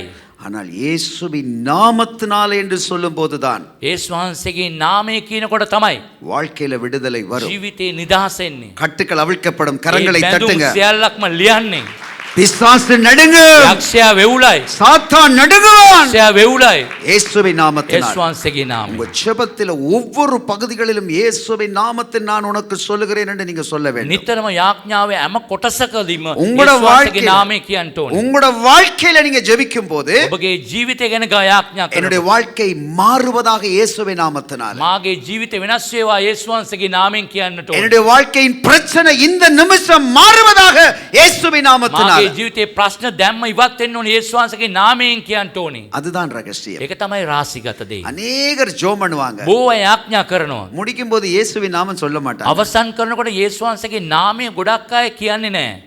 அந்த ஜெபத்தை பிசாசே நடத்துவான். ඒ යාඥාව යක්ෂයා තමයි මඟ ஏன்னா පෙන්වන්නේ. அவனுக்கு இயேசுவின் நாமத்துக்கு மாத்திரம் தான் அவன் பயப்படுவான். ඒ නාමයට පමණයි යේසුස් වහන්සේගේ නාමයට පමණයි බය වෙන්නේ. கட்டுக்கள்ல இருந்து நீங்க வெளியே வரணுமா? ඒ බැඳීම් වලින් නිදහස් වෙන්නට ඕනේද? பிரச்சனைகள் இருந்து வெளியே வரணுமா? ප්‍රශ්න වලින් නිදහස් වෙන්න ඕනේද? உங்களை சுற்றி இருக்கிற எல்லா வேதனைகள் இருந்து வெளியே வரணுமா? වටේ තිබුණ ඔබගේ වේදනාවෙන් නිදහස් වෙන්න ඕනේද? நீங்க ஒரு அதிகாரத்தை உங்க கையில் எடுத்து வச்சுக்கொள்ளணும். ඔබට ආධිපත්‍යයක් නැත්තම් බලයක් ඔබ අතට ගන්න. பேசும் போதே சொல்லி இயேசுவின் நாமத்தில் நான் இதை எடுத்துக்கொள்ளுகிறேன் ஆண்டவரே. ඔබ කතා කරනකොට යේසුස් වහන්සේගේ නාමයෙන් මම ලබා ගන්නවා කියන්නේ. சொல்லுங்க, எடுத்துக்கொள்ளுகிறேன் කියන්නේ ஆண்டவரே. මම ලබා ගන්නවා කියලා. அதுல வல்லமை இருக்கு. එතන බලය තිබෙනවා. பிள்ளைகளை, ஒரு விஷயத்தை நன்றாக புரிந்து கொள்ளுங்கள். දරුවනේ ඔබ එක වචනයක් හොඳට තේරුම් ගන්න. நன்றாக புரிந்து கொள்ளுங்கள். හොඳටම තේරුම් ගන්න. உங்க வாயில கர்த்தர் பயங்கர வல்லமை வச்சிருக்கிறார். ඔබගේ මුඛයේ බාහිර විදියට බලයක් තබා තිබෙනවා. அந்த வல்லமையை குறித்து நீங்க பேசாதபடி உங்களை இருளுக்குள்ள பிசாசு நடத்தி கொண்டிருக்கிறார். ඒ ගැන කතා නොකර පිණිස යක්ෂයා ඔබ අන්ධකාරයට ඇදගෙන යනවා. நீங்க அந்த வாயை திறந்து அதை சொல்லாத வரைக்கும் உங்களுக்கு வெற்றி கிடைக்காது. ඔබ කට ඇරලා කියනකම් ඔබට ජයග්‍රහණය ලැබෙන්නේ නැහැ. முழங்கால இருந்த அந்த அதிகாரத்தை எடுத்து நீங்க பேசணும். ඔබ දන ගහලා ඒ බලය ලබාගෙන කතා කරන්න. இயேசுவை குறித்து இங்கே சொல்லப்பட்ட காரியத்துல යේසුස් වහන්සේ ගැන කියපු කාරණාව තුල அடுத்த காரியத்தை குறித்து பார்ப்போம். ඊළඟ කාරණාව අපි බලමු. லூக்கா எழுதின சுவிசேஷ ලූක් புத்தகத்துல තුමාගේ සුභාරංචි පොත 3வது அதிகாரம் 3 වෙනි පරිච්ඡේදය 16வது வசனத்தை வாசிப்போம். 16 වෙනි පදේ බලමු. லூக்கா எழுதின சுவிசேஷ புத்தகம் ලූක් 3 වෙනි පරිච්ඡේදය 16வது வசனம் 16 වෙනි පදේ. வாசிங்க. யோவான் எல்லாருக்கும் பிரதியுத்தரமாக, நான் ஜலத்தினால் உங்களுக்கு ஞானஸ்தானம் கொடுக்கிறேன், என்னிலும் வல்லவர் ஒருவர் வருகிறார், அவருடைய பாதரட்சைகளின் வாரை அவிழ்க்கிறதற்கும் நான் பாத்திரன் அல்ல, அவர் பரிசுத்த ஆவியினாலும் அக்கினியினாலும் உங்களுக்கு ஞானஸ்தானம் கொடுப்பார். ஆமென். ආමෙන්. அப்போ இங்கே வயத்தில் வாசிக்கிறோம், අපි කියවනවා யோவான் ஞானஸ்நானங்கள் கொடுத்து கொண்டிருந்தார். යෝවන් තුමා බෞතිස්මය දුන්නා. நீங்க எத்தனை பேர் ஞானஸ்நானம் எடுத்திருக்கீங்க, எத்தனை பேர் எடுக்கலைன்னு எனக்கு தெரியாது. කී දෙනෙක් බෞතිස්ම අරගෙන තිබෙනවද නැද්ද කියලා මම දන්නේ නැහැ. ஆண்டவரிடத்தில் இருந்து ஒரு வல்லமையை பெற்றுக்கொள்வதற்கு දෙවියන් වහන්සේගෙන් යමක් බලයක් ලබා ගන්නට ஞானஸ்நானம் என்பது ஒரு வீட்டினுடைய கதவை முதலாவது திறக்கிறது அடையாளமா இருக்கும். ඒ බෞතිස්මය ගෙදරක දොරක් අරින්නට ලකුණක් වෙනවා. அப்பதான் அவர் ஒரு தகப்பன் பிள்ளை உறவுக்குள்ள உங்களால போக முடியும். එතකොට තමයි තාත්තයි දරුවයි කියන ඒ සම්බන්ධකමට යන්න පුළුවන්. நான் உங்களுக்கு ஒரு உதாரணம் சொல்லுகிறேன். මම උදාහරණයක් ඔබට කියන්නම්. ஞானஸ்நானம் எடுக்காவிட்டாலும் நீங்கள் அவருடைய பிள்ளைதான். ඔබ බෞතිස්මය නොගත්තත් ඔබ දේව දරුවෙක් තමයි. ஞானஸ்நானம் எடுத்தாலும் நீங்கள் அவருடைய பிள்ளைதான். බෞතිස්මය ගත්තත් ඔබ දරුවෙක් තමයි. ரெண்டு பிள்ளைகளுக்கும் வித்தியாசத்தை சொல்லுகிறேன். නමුත් මේ දරු දෙන්නගේ වෙනස මම කියන්නම්. ஞானஸ்நானம் எடுக்காவிட்டால் බෞතිස්මය ගත්තේ නැත්තම් நீங்கள் எடுத்து வளர்க்கப்பட்ட ஒரு பிள்ளை. ඔබව අදාගත් ගන්නට ගත්ත දරුවෙක්. ஞானஸ்நானம் நீங்கள் எடுத்து விட்டால் ඔබ බෞතිස්මේ ගත්තොත් நீங்க சொந்த பிள்ளை, உரிமையான பிள்ளை. ඔබ උරුමේ අයිති දරුවෙක්. அப்போ நீங்க தான் தீர்மானம் பண்ணணும். ඔබම තීරණය කරන්න. உங்களை யாரும் வற்புறுத்தி ஞானஸ்நானம் எடுக்க வைக்க கூடாது. කවුරුත් බලාත්කාරයෙන් ඔබට බෞතිස්මේ ගන්නට සලස්සන්න නරකයි. ஞானஸ்நானத்தை நீங்களாய் உணர்ந்து நீங்க எடுக்கணும். බෞතිස්මේ ඔබම ඉතලා බෞතිස්මේ ගන්නට அப்போ ඕනේ. அந்த ஞானஸ்நானம் எடுத்ததுக்கு பிறகு இரண்டாவது ஒரு ஞானஸ்நானம் இருக்கிறது. බෞතිස්මේ ගත්තට පස්සේ දෙවෙනි බෞතිස්මයක් තිබෙනවා. அந்த ஞானஸ்தானம் எத்தனை பேர் எடுத்திருக்கீங்க எனக்கு தெரியாது. ඒ බෞතිස්මේ කී දෙනෙක් අරන් තියෙනවද දන්නේ නැහැ. அந்த ஞானஸ்தானம் அக்கினி ஞானஸ்தானம். ඒ බෞතිස්මේ ගින්නෙන් දෙන බෞතිස්මයක්. அது மகிமையான ஒரு ஞானஸ்தானம். මහිමාන්විත බෞතිස්මයක්. அவருடைய பிரசன்னம் நம்மளை மூடுகிற ஒரு ஞானஸ்தானம். එතුමාගේ තේජස්ය අපි වසා ගන්නව බෞතිස්මයක්. ஒரு நெருப்புக்குள்ள நிக்கிற அனுபவம் உள்ள ஒரு ඒ ஞானஸ்தானம். ගින්නකට වැටුණු අත්දැකීමක් ඇති බෞතිස්මයක්. அந்த அனுபவத்துக்குள்ள போகிற ஒரு மனுஷனுடைய வாழ்க்கை ඒ අත්දැකීම් තුලට යන මනුස්සයාගේ ජීවිතය அது பயங்கரமாயிருக்கும். ඒට භයානකයි. அவருடைய வாழ்க்கையில சந்தோஷம் செழிப்பாயிருக்கும். එයාගේ සන්තෝෂයේ සඵලවත් වේ. ஆசீர்வாதம் அனலாயிருக்கும். ආශිර්වාදය නිකන් ගින්නක් වගේ. வாழ்க்கை மற்றவர்கள் பார்த்து அதிசயிக்கக்கூடியதா இருக்கும். එයාගේ ජීවිතයේ අනිත් අය දකින්නකොට නිකන් පුදුම වෙයි. அப்போ இங்க பாருங்க, பரிசுத்த ஆவியினாலும் அக்கினியினாலும் அவர்களுக்கு ஞானஸ்நானம் ඒ கொடுப்பார். ශුද්ධාත්මන් වහන්සේගෙන් තුලින්ද ගින්නෙන්ද අපිට බෞතිස්මය දෙනවා. ஞானஸ்நானம் எடுக்காதவர்கள் உங்களுடைய இருதயத்தை செம்மைப்படுத்தி சீக்கிரமாய் ஞானஸ்நானம் எடுக்க முயற்சி பண்ணுங்கள். ගත්තේ නැති අය ඔබගේ හදවත සූදානම් කළ ඉක්මනට බෞතිස්ම ගන්න இது සලස්වන්න. ஒரு மதமாற்றம் அல்ல. මේක ආගම් වෙනස් කිරීමක් නොවේ. இயேசு உயிரோடு இருக்கிறார். යේසුස් වහන්සේ ජීවමානව සිටිනවා. மரித்தேன், இதோ சதா காலங்களிலும் நான் உயிரோடு இருக்கிறேன் என்று சொல்லுகிறார். මම මැරුණා නමුත් මම සදා කාලෙම ජීවත්ව ඉන්නවා කියලා කියනවා. என்னாலே அல்லாமல் உங்களால ஒன்றும் செய்யக்கூடாது என்று ஆண்டவர் சொல்லுகிறார். මා හැරෙන්නට ඔබට කිසි දෙයක් කරන්න බෑ කියලා එතුමා කියනවා. என்னிடத்தில் வருகிற ஒருவனை நான் புறம்பே தள்ளுவதில்லை என்று ஆண்டவர் சொல்லுகிறார். මා වෙතට එන කිසි කෙනෙක්ව මම හාක දාන්නේ නැහැ කියලා කියනවා. ஒரு தாயைப் போல நான் உங்களை தேற்றுவேன். මවක් වගේ ඔබව මම සනසනවා. உங்களை என் உள்ளங்கையிலே நான் வரைந்து வைத்திருக்கிறேன். මගේ අල්ලේ මම ඔබව කොටාගෙන තිබෙනවා. ஆண்டவருடைய அன்பு அளவற்றது. දෙනාසිගේ ප්‍රේමය අසීමිතයි. எங்களுக்காய் சிலுவையிலே சின்னா பின்னமாய் அடிக்கப்பட ஒப்பு கொடுக்கப்பட்ட ஒரு தெய்வம். අප උදෙසා කුරුසේදී මොනතරම් වේදනාව විඳින්නට අනුමත කරපු දෙවි කෙනෙක්. எங்களுடைய பாவங்கள் எல்லாவற்றையும் தன்மேல சுமந்து கொண்ட ஒரு தெய்வம். අපගේ පාපේ සියල්ලක්ම එතුමාගේ කරපිට දරාගත්ත දෙවි කෙනෙක්. நாங்கள் அடிக்கப்படக்கூடாது என்பதற்காக தன்னை ஒப்பு கொடுத்தார். අපි ගුටි කන්නට හොඳ නැහැ කියලා එතුමා එයාව කැප කළා. நாங்கள் வேதனைப்படக்கூடாது என்பதற்காக தன்மேல் அந்த வேதனை ஏற்றுக்கொண்டார். අපි වේදනාවටපත් නොවන්නට පිණිස එතුමා හැම වේදනාවක්ම එතුමා දරාගත්තා. சொல்ல முடியாத வேதனைகளுக்குள்ளே அவர் சிலுவையை சுமந்து கொண்டு சென்று அந்த சிலுவை மரணத்துக்குள்ளே கடந்து சென்றார். කියන්න බැරි වේදනාව තුලට ඒ කුරුස ගමනේදී එතුමා ගමන් කළා. அவருடைய சிலுவை பாடுகளை நாங்கள் தியானிக்கவே முடியாத கஷ்டமான ஒரு பாடு. ඒ කුරුසපත් වීමේ අපි කොතරම් මෙනෙහි කරත් එතරම් අමාරු ඒක මෙනෙහි කරන්න. மனுஷனுக்கு அதை தாங்க முடியாத ஒரு வேதனைக்குள்ள போன ஒரு பாடு. ඒක මිනිස්සෙකුට දරා ගන්න බැරි වේදනාකාරී ගමනක් ඒක. அதை தியானிக்கிற மனுஷனுக்கு தான் அதை புரிந்து கொள்ள ඒක முடியும். හරියටම මෙනෙහි කරන මනුස්සයට තමයි ඒක තේරුම් ගන්න පුළුවන්. சாதாரண ஒரு ஊசி குத்தினா எங்களுக்கு எவ்வளவு வலி. සාමාන්‍යයෙන් අපිට කට්ටක් ඇනුනම කොතරම් වේදනාවද? இந்த இடத்துல ஆணியை வச்சு அடிக்கும் போது எப்படி இருந்திருக்கும்? මෙතරම් පරාල ඇණයක් ගානකොට කොතරම් වේදනා සහිතද? கொஞ்சம் உட்கார்ந்து அவர் பட்ட சிலுவை பாடுகளை தியானிப்போமா இருந்தால் පොඩ්ඩක් වාඩි වෙලා එතුමා විඳ දුක ගැන අපි මෙනෙහි කරනවා නම් உடனடியாவே ஞானஸ்நானத்துக்கு நாங்கள் எங்களை ஒப்பு கொடுப்போம். අපි විගසෙන්ම බෞතිස්මයට අපිව බාර කරනවා. உடனடியாவே நாங்கள் ஞானஸ்நானத்துக்கு අපි அர்ப்பணிப்போம். ඉක්මනටම බෞතිස්මයට අපි බාර වෙනවා. அது எதற்காக? ඒ මොන උදේසාද? அது எதற்காக? ඒ මොන උදේසාද? அது எதற்காக? ඒ මොන උදේසාද? என்னுடைய அப்பா, මගේ තාත්තා என்னுடைய தாய் என்று சொல்லக்கூடிய ஒரு மகன். பக்குவம், මව කියන ඒ තියෙන තත්වයක් ඇති කෙනෙක්. அந்த உரிமையோடு நான் கூப்பிடக்கூடிய அந்த அனுபவத்துக்குள்ள போவதற்காக ඒ උරුමයක් එක්ක ස්වාමීන් වහන්සේ අඬ ගැනීමේ ඒ අත්දැකීමට வாசியுங்கள். லூக்கா எழுதின சுவிசேஷ புத்தகம் 3வது அதிகாரம் 21வது வசனத்தை வாசிப்போம். 3:21 අපි කියවමු ලූකා. ஜனங்கள் எல்லாரும் ஞானஸ்தானம் பெற்றபோது இயேசுவும் ஞானஸ்தானம் பெற்று ஜெபம் பண்ணுகையில் வானம் திறக்கப்பட்டது. பரிசுத்த ஆவியானவர் ரூபம் கொண்டு புறாவைப் போல அவர் மேல் இறங்கினார்.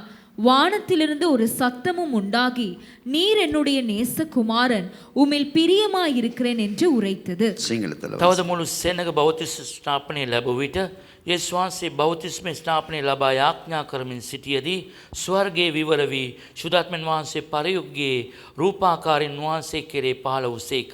එවිට ඔබ මාගේ ප්‍රියාදර පුත්‍රයාණෝය, ඔබ කෙරේ ඉතා ප්‍රසන්නව සිටිමියයි හාසින් අඬක් නික්මිනි. அவர் ஒரு தெய்வம். එතුමා දෙවි කෙනෙක්. அவர்தான் வானத்தையும் பூமியை உண்டாக்கினார் என்று வேத புஸ்தகத்தில் සුද வாசிக்கிறோம். බයිබලේ පැහැදිලිව කියනවා එතුමා තමයි ආසත් පොළොවත් මැව්වේ කියලා. அவர் மனுஷ ரூபம் கொண்டு இந்த உலகத்துக்கு வந்து මනුස්ස ස්වරූපයෙන් මේ පොළොවට පැමිණිලා தன்னை தாழ்த்தினார். තමාව යටාත් කරගත්තා. தன்னை தாழ்த்தினார். තමාව යටාත් කරගත්තා. அவர் மற்றவர்களைப் போல ஞானஸ்நானம் எடுத்தார். එතුමත් අනිත් අය වගේම බෞතිස්ම ගත්තා. நாங்கள் கிறிஸ்தவர்களாய் இருந்தால் අපි ක්‍රිස්තියානි අය නම් எப்பேற்பட்ட வேலை செய்யலாம், මොන වගේ වැඩ කරන්න පුළුවන්. எந்த ஒரு நல்ல பெரிய சொத்துள்ள மனிதனாய் අපි இருக்கலாம், හොඳට වස්තුව තිබෙන මිනිස්සෙක් වෙන්න පුළුවන්. நாங்கள் ஒரு பெரிய உயர்ந்த ஸ்தானத்தில் අපි இருக்கலாம். උසස් තැනකට අපි ඉන්න පුළුවන්. தரை மட்டும் நம்மை தாழ்த்த தெரியாவிட்டா අපි සම්පූර්ණ යටාත් වෙන්න දන්නේ නැත්තම් கிறிஸ்தவன் வாழ்க்கையில எதையும் சாதிக்க மாட்டார். ක්‍රිස්තියානි කියන නමින් කිසි දෙයක් ජයක් ගන්නෙ නෑ. பெருமை பிசாசுக்குரியது, ඒ උඩඟුව ආඩම්බරයේ යක්ෂයට අයිති දෙයක්. பெருமை சாத்தானுடையது. ඒ උඩඟුව යක්ෂයට අයිති දෙයක්. நட வேற உட வேறையா இருக்க கூடாது. ඔබගේ ගමන බිමන වෙනස් වෙන්න අරකයි. தாழ்த்தணும், යටාත් වෙන්නට ඕනේ. தாழ்த்தணும், යටාත් වෙන්නට ඕනේ. விட்டு கொடுக்கணும், අතහැර දෙන්නට ඕනේ. மன்னிக்கணும், කමා කරන්නට ඕනේ. கீழ்ப்படியணும், කීකරු වෙන්න ඕනේ. அதிகாரத்துக்கு கீழ்ப்படியணும், ඒ බලයට කීකරු වෙන්නට ඕනේ. தலையை கீழே சாய்த்து நிக்கணும். ඉස්ස නමලා ඉන්නට ඕනේ. மற்றவர்கள் எங்களை பெருமைப்படுத்தி 1000 சொல்லுவார்கள். අනිත් අය අපිව ආඩම්බරයට බොහෝ දේවල් කියයි. உடனே சொல்லணும், ஆண்டவரே உங்களுக்கு தான் மகிமை, අපි විගසින්ම කියන්න ඕනේ මේ මහිමේ ඔබට ස්වාමිනී. உங்களுக்கு தான் மகிமை, ඔබට තමයි ස්වාමිනී. உங்களால தான் இப்படி இருக்கிறேன். ඔබ නිසා තමයි මම මෙහෙම ඉන්නේ. நான் இந்த நாள்ல உயிரோடு இருக்கிறது உங்களோட මම கிருபை අද அப்பா. පණ පිටින් ඉන්නේ ඔබ නිසායි. ஆண்டவரே, இந்த காலையில நான் எழும்பினது உங்களோட கிருபை මේ அப்பா. උදෑසන මම නැකිට ඔබගේ நான் කරුණාව. இப்படி நிக்கிறது உங்களோட கிருபை මම அப்பா. දැන් මේ කෙලින් හිටගෙන ඉන්නේ ඔබගේ කරුණාවයි. என்னை அழகு பார்க்கிறவர் நீங்க தானே. මාව ලස්සන බලන්නේ ඔබයි. எந்த ஒரு மனுஷனுக்குள்ள மனுஷிக்குள்ள இப்படிப்பட்ட வார்த்தை வருகிறதோ, කොයි මිනිස්සෙක් නැත්නම් මිනිස්සෙක් තුල මෙවැනි වචන එනවද? அந்த தாழ்மை வருகிறதோ, ඒ හටාත් භාවය එනවද? அவர் உடனடியாக உங்களை பிளஸ் பண்ண தொடங்கிடுவார். විගසින්ම එතුමා ආශිර්වාද කරන්න පටන් ගන්නවා. அந்த தாழ்மை உள்ள மனுஷனுடைய வாழ்க்கையை உயர்த்த தொடங்குவார். ඒ යටාත් වූ මිනිස්සයා සම්මත උසස් කරනවා. நீங்க ஒரு நல்ல ஸ்தானத்துல இருக்கும் போது உங்களுக்கு இந்த தாழ்மை இருக்குமா இருந்தால், ඔබ හොඳ ස්ථානක ඉන්න කෙනෙකුට මේ වගේ යටාත් භාවය එනවනම් அவர் உங்களை உயர்த்தாம இருக்க மாட்டார். ඔබ තවත් උසස් කරන්න නැතුව ඉන්නේ නැහැ. அவர் உங்களை உயர்த்தாம இருக்க ඔබ மாட்டார். තවත් උසස් කරන්න නැතුව ඉන්නේ නැහැ. நீங்க ஒருவேளை ஊழியத்தில் ஒரு நல்ல பொசிஷன்ல இருக்கலாம். ඔබ සේවයේදී හොඳ තැනක ඉන්න පුළුවන්. ஒரு விசுவாசியை போல இருக்கணும். ඔබ ඇදහිලිවන්තයෙක් වගේ ඉන්නට ඕනේ. நான் இங்க தான் இப்படி பேசுறேன். මම මේ තමයි මෙතන කතා කරන්නේ. கீழே வந்தா நான் தோளுக்கு மேல கை போட்டு சிரிச்சு விளையாடுவேன். මම පල්ලයට ආවම කරේ අතේ දාගෙන hina වෙන කතා நான் කරනවා. அப்படி என்ன மாற்றி வச்சிருக்கேன். එවැනි විදියට මම වෙනස් කරගෙන තියෙන්නේ. ஒரு காலத்துல நான் வாழ்ந்த வாழ்க்கையை நினைச்சா அருவருப்பு. මම කාලයක් ජීවත් වුණ ජීවිතය ගැන මතක් වෙනකොට மட்டම පිළිකුල්. நான் கை யாராவது பிடிச்சிட்டா உடனடியா பிஸ்டலை லோட் பண்ணி வாய்க்குள்ள வச்சிருவேன். මම ටක් ගාලා පිස්තල් එක ලෝඩ් කරලා කටේ තියෙනවා. அவ்வளவு ஒரு கேவலமான ஒரு மனிதன். තරම් ඉතාමත් කැත ජීවිතයක් ජීවත් වුණේ. ஆண்டவர் எனக்குள்ள வந்ததுக்கு பிறகு එනාසේ මා තුළට ආපු නිසා எனக்கு அன்புதான் தெரியும். ප්‍රේමය තමයි මට දන්නේ. எனக்கு அவருடைய கிருபைதான் வேணும். එතුමාගේ කරුණාව තමයි දන්නේ. அவருடைய பிரசன்னம் தான் வேணும். එතුමාගේ අභිමුඛත්වය නැත්නම් තේජසේ තමයි දන්නේ. அதுக்கு இதுதான் வழி. මේක තමයි මාර්ගය. அப்ப வேதம் சொல்லுகிறது, නමුත් සුදු බයිබලයේ කියනවා இயேசுவும் ஞானஸ்நானம் பெற்று යේසුස් වහන්සේත් බෞතිස්මය ලබලා ஜெபம் பண்ணுகையில் යාඥා කරනකොට அந்த தாழ்மை உள்ள சிந்தையோடு அவர் வந்து එත්මා යටත් සිතුවිලි සමග ඇවිල්ලා ஞானஸ்நானம் எடுத்து බෞතිස්මය අරගෙන ஒரு சின்ன ஜெபம் பண்ணினார். පොඩි යාඥාවක් කළා. வானம் திறக்கப்பட்டது. ආකාශයේ විවෘත වුණා. வானம் திறக்கப்பட்டது. ආකාශයේ විවෘත වුණා. அப்ப நீங்க புரிஞ்சு கொள்ளுங்க, ඔබ තේරුම් ගන්න. உங்களோட வாழ்க்கையில வானம் திறக்கப்பட ඔබගේ வேண்டுமா? ජීවිතයේ ආකාශය විවෘත වෙන්න ඕනේ නම් தாழ்மையை தரிச்சு கொள்ளுங்க. යටත් භාවය දරා ගන්න. ஜெப வாழ்க்கையை சரிப்படுத்துங்க. යාඥාව අරිගස්ස ගන්න. உங்களோட வாழ்க்கையில வானம் திறக்கப்படும். එවිට ඔබගේ ජීවිතේ ආකාශය අద్භுතங்கள் විවෘත நடக்கும். ආස්කම් සිදු වෙයි. அப்போ நாங்கள் பார்க்கிறோம், ஏன் பரிசுத்த ஆவியானவர் எங்களுக்கு அவசியம். ඇයි අපට සුදාත්මයන් වහන්සේ අවශ්‍ය? வாசிப்போம். லூக்கா புஸ்தகம் 4வது அதிகாரம் 1வது வசனம். අපි කියමු ලූකා 4 වෙනි පරිච්ඡේදයේ 1 වෙනි පදය. ரொம்ப கவனமாய் கேளுங்க. ඉත අවධානයෙන් යොමු කරන්න. பரிசுத்த ஆவியானவர் ஒரு மனிதனுடைய வாழ்க்கையில இருந்தா සුදාත්මයන් වහන්සේ මිනිස්සෙක්ගේ ජීවිතයේ තිබල හිටියොත් நாங்க எதை எதையெல்லாம் சாதிக்கலாம் என்று මොන මොන දේවල්ද ජයග්‍රහණය කරන්න පුළුවන් කියලා வசனத்துல இருந்து பார்ப்போம். වචනයෙන් අපි බලමු. வாசிங்கள். இயேசு பரிசுத்த ஆவியினாலே நிறைந்தவராய் இயேசு பரிசுத்த ஆவியினாலே என்னவாம்? ශුද්ධාත්මන වහන්සේගෙන් පූර්ණව சபையார் சொல்லுங்க, சபையார் சபாவ சொல்லுங்க. කියන්න. இயேசு பரிசுத்த ஆவியினால் நிறைந்தவராய். යේසුස් වහන්සේ ශුද්ධාත්මෙන් පූර්ණව அவர்தான் தெய்வம். එතුමා තමයි දෙවිඳුන්. அவருக்கு அப்படி ஒரு நிறைவு வேணுமா? එවැනි පිරවීමක් අවශ්‍යද? ஆனால் அவர் எங்களுக்கு மாதிரி மாடலை வைத்து காட்டியிருக்கிறார். අපට ආදර්ශයක් වෙස එතුමා කරලා පෙන්වනවා. ஒரு மனுஷனுடைய வாழ்க்கையில මනුෂ්‍යයාගේ ජීවිතේ பரிசுத்த ஆவியினுடைய நிறைவு ශුද්ධාත්මන වහන්සේගේ පූර්ණත්වය இதுல நின்று வர்ஷிப் பண்ணலாம், මේ වර්ෂිප් කරන්න පුළුවන්. இதுல நின்று பாடல் பாடலாம், මේ ගීතිකා ගානක් இதுல நின்று மியூசிக் அடிக்கலாம். මියුසික් කරන්න පුළුවන්. வர முன்பு ஒரு நிறைவோடு வரணும். එන්නට ප්‍රථමයෙන් அப்படியே පූර්ණ ஒரு நெருப்பு எங்களை சுற்றி நிற்கிறதை நாங்கள் காணணும். ඒ ගින්නක් අප වටේ ඉන්න බව අපිට දැනෙන්නට ඕනේ. இங்க இருந்துதான் அபிஷேகம் சபைக்குள்ள போகும். මේ තුල තමයි සභාවට ආලේපය යන්නේ. இங்க இருந்துதான் ஆண்டவருடைய வல்லமை இறங்கும். ඊට බලය මේන් තමයි පිට වෙන්නේ. ஒரு மனுஷனுடைய வாழ்க்கையிலே பரிசுத்த ஆவியானுடைய அபிஷேகத்தினால் அவன் நிறைந்திருக்க வேண்டும். මනුෂ්‍යයෙක්ගේ ජීවිතේ ශුද්ධාත්මන වහන්සේගෙන් පිරෙන්නට ඕනේ. வாசிங்கள். කියවන්න. நிறைந்தவராய் யோர்தானை விட்டு திரும்பி ஆவியானவராலே வனாந்திரத்திற்கு கொண்டு போகப்பட்டு 40 இல்ல நாள் போதும், அது வசனம் மட்டும்தான். இயேசு பரிசுத்த ஆவியினாலே நிறைந்தவராய் එතුමා යේසුස් වහන්සේ ශුද්ධාත්මන වහන්සේගෙන් පූර්ණව யோர்தானை விட்டு திரும்பி ජෝර්දානයෙන් ආපසු ඇවිත් ஆவியானவராலே வனாந்தரத்துக்கு கொண்டு போகப்பட்டார். ආත්මන් වහන්සේ විසින් පාලු කරේට නැත්නම් වනාන්තරයට ගෙනව යවුවා. ஒருவேளை உங்களோட வாழ்க்கை வனாந்தரமாய் இருக்கலாம். සමහරට ඔබගේ ජීවිතයත් වනාන්තරයක් වගේ වෙන්න පුළුවන්. ஒருவேளை உங்களோட வாழ்க்கையில வேதனைகள் இருக்கலாம். නැත්නම් ඔබගේ ජීවිතේ වේදනාව තිබෙන්න පුළුවන්. ஒருவேளை நீங்கள் போகிற வழி மிகவும் கடினமான ஒரு வழியாய் නැත්නම් ඔබ இருக்கலாம். යන ගමන ඉතාමත්ම හරිම අමාරු මාර්ගයක් වෙන්න පුළුවන්. நீங்கள் கேள்விகள் கேட்கலாம். ඔබ ප්‍රශ්න අහන්න පුළුවන්. நான் தான் சரியாய் வேதம் படிக்கிறேனே, මම හරියට සුද්ධ බයිබලයේ කියවනවා. நான் தான் சரியாய் ஆண்டவரோடு இருக்கிறேனே, ජනසෙත් එක හරියට ඉන්නවනේ. நான் சபைக்கு சரியாய் போகிறேனே, සභාවට හරියට යනවනේ. ஏன் எனக்கு என்ன வாழ்க்கை? ඇයි මගේ ජීවිතේ මේම? ஏன் எனக்கு இப்படி ஒரு உபத்திரவம்? ඇයි මේ වැනි ප්‍රශ්න? ஏன் நான் இப்படி கஷ்டப்படுகிறேன்? ඇයි මේ තරම් අමාරු වෙන්නේ මම? ஆண்டவர் சில வேளைகளில் அனுமதிப்பார் பிள்ளைகளை. ස්වාමීන් වහන්සේ සමහර විට අනුමත කරනවා මේ වැනි දේවල්. ஏன் அனுமதிப்பார் ඇයි தெரியுமா? අනුමත කරන්නේ? உட விசுவாசம் அடுத்த படிக்கு கடந்து செல்வதற்கு, ඔබගේ ඇදහිල්ල ඊළඟ පඩියට ගමன் කරන්න ඊළඟ தත්ත්වයට යන්නට. உங்களோட விசுவாசத்தை வர்த்திக்க ඔබගේ பண்ணுவதற்கு. ඇදහිල්ල වර්ධනය කරන පිණිස. அடுத்த வசனம் 4:2 வாசியுங்கள். 4:2 අපි කියවමු. 40 நாள் பிசாசினால் சோதிக்கப்பட்டார். 40 நாள், 40 நாள், දවස් 40ක්. ஒரு நாள் 2 நாள் அல்ல, දවසක් දෙකක් නොවේ. 40 நாள் பிசாசினாலே දවස් சோதிக்கப்பட்டார். 40ක් යක්ෂයා තුලින් පරීක්ෂාවට අසු වුණා. அந்த பிசாசினுடைய தலையை நசுக்குவதற்காக அந்த தெய்வம் பூலோகத்துக்கு வந்தார். ඒ යක්ෂයාගේ ඉස්ස පාගන පිණිස ඒ ස්වර්ගයේ දෙවිඳුන් පොළොවට පැමිණියා. இந்த வழிக்குள்ளாக போக வேண்டும் என்பது அவருக்கு நன்றாக එතුමාට தெரியும். දන්නවා මේ මාර්ගයෙන් තමයි යන්නට ඕනි කියලා. வேதம் சொல்லுகிறது, සුදු බයිබලයේ කියනවා. அவனுடைய தந்திரங்கள் நமக்கு தெரியாதவைகள் அல்ல, එතුමාගේ ඔහුගේ කපටිකම් අපිට දන්නේ නැතුව නොවේයි. அவனுடைய தந்திரங்கள் எங்களுக்கு தெரியும். ඒ කපටිකම් අපි දන්නවා. ஆட்கள் ஏதாவது சொல்லி எங்களை திசை திருப்பும் போது ඒ මොනවාරි දෙයක් කියලා අපි ඔය මාර්ගෙන් ඉවත් කරනකොට எங்களுக்கு தெரியணும் இது பிசாசுனுடைய தந்திரம் என்று தெரிய வேண்டும். මේක යක්ෂයාගේ කුමන්ත්‍රණයක් කියලා අපි දන්නවා. உலகத்துக்கு ஒத்த வருஷம் தரிக்க கூடாது, ලෝකයට සමානව ජීවත් වෙන්න එපා. உலகத்தோடு ஒத்து போக கூடாது. ලෝකයේත් එක්ක එකතු වෙන්න එපා. நீங்கள் பூமிக்கு உப்பாய் ඔබ இருக்கிறீர்கள், මේ පොළවේ ලුණු. நீங்கள் உலகத்துக்கு வெளிச்சமாய் ඔබ இருக்கிறீர்கள், ලෝකයට ආලෝකය. நீங்கள் மலையின் மேல் இருக்கிற பட்டணமாய் ඔබ இருக்கிறீர்கள். කන්දේ මුදුන තිබෙන නුවරක්. சாத்தானுடைய கிரியைகளை அழிப்பதற்காக கர்த்தரங்களை தெரிந்து வைத்திருக்கிறார். යක්ෂයාගේ ක්‍රියා විනාශ කරන පිණිස දෙවියන්ස් අපි තෝරගත්තා. 40 நாள் பிசாசினால சோதிக்கப்பட்டார். දවස් 40ක් යක්ෂයා තුලින් පරීක්ෂා කරනවා. அந்த நாட்கள் அவர் ஒன்றும் புசியாதிருந்தார். ඒ දවස්වල යේසුස් වහන්සේ කිසිම කෑමක් බීමක් කෑවේ නැහැ. அந்த நாட்கள் முடிந்த பின்பு அவருக்கு பசி உண்டாயிற்று. ඒ දවස් අවසන් වුණාට පස්සේ බඩගින්නක් ඇති වුණා. 4வது அதிகாரம் 14வது வசனத்தை வாசியுங்கள். 4:14 අපි කියවමු. பின்பு இயேசு ஆவியானவருடைய பலத்தினாலே பின்பு இயேசு ஆவியானவருடைய பலத்தினால ශුද්ධාත්මයන් වහන්සේගෙන් බලයෙන් நன்றாக உள்ளத்துக்குள்ள பதிச்சு கொள்ளுங்க பிரியமானவர்களே. ඇතුළාන්තේ පතිත කරගන්න හොඳට.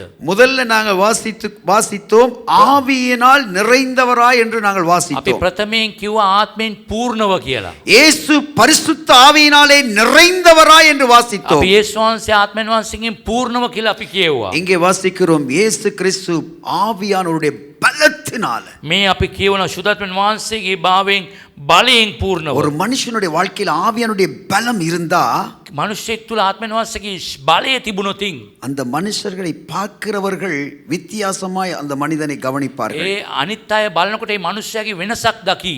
அந்த மனுஷனோடு பேசிக் கொண்டிருக்க விரும்புவார்கள். ඒ මනුෂ්‍යත් එක්ක කතා කරන්න කැමැත්තක් දක්වයි. அந்த மனுஷனுக்குள்ள அந்த இருக்கிற அந்த பலத்தை பார்த்து அந்த மற்ற மனுஷனுக்குள்ள பிசாசு இருந்தா அவன் நடுங்க தொடங்குவான். ඒ මනුෂ්‍යය තුළ තියෙන ශුද්ධාත්මයන් වහන්සේ බලය දැකලා අනිත් අයගේ යක්ෂයා බැඳලා තියෙනවා නම් ඒ වෙවුලන්න පටන් ගන්නවා. ஆவியானவருடைய பலத்தினால நிறைந்திருக்க வேண்டும். ආත්මයන් වහන්සේගේ බලයෙන් පූර්ණව ඉන්නට ඕනේ. வாசிங்கள் பின்பு இயேசு ஆவியானுடைய பலத்தினாலே கலிலேயாவுக்கு திரும்பி போனார். அவருடைய கீர்த்தி சுற்றிலும் இருக்கிற தேசமெங்கும் பரம்பிற்று. உங்களை குறித்து மற்றவர்கள் நன்றாக பேச வேண்டுமா? ඔබ ගැන අනිත් අය හොඳ කීර්තිමත් ලෙස කතා කරන්න ඕනේද? உங்களை உயர்ந்த ஸ்தானங்களில மற்றவர்கள் உங்களை வைத்து பார்க்க வேண்டுமா? අනිත් අය ඔබ හොඳ උසස් තැනක තබන්නට ඕනේද? உங்களை மேன்மைப்படுத்தக்கூடிய விதத்தில் நீங்கள் இருக்க விரும்புறீங்களா? ඔබ උසස් කරන තත්යකට ඔබ ඉන්නට ඕනේද?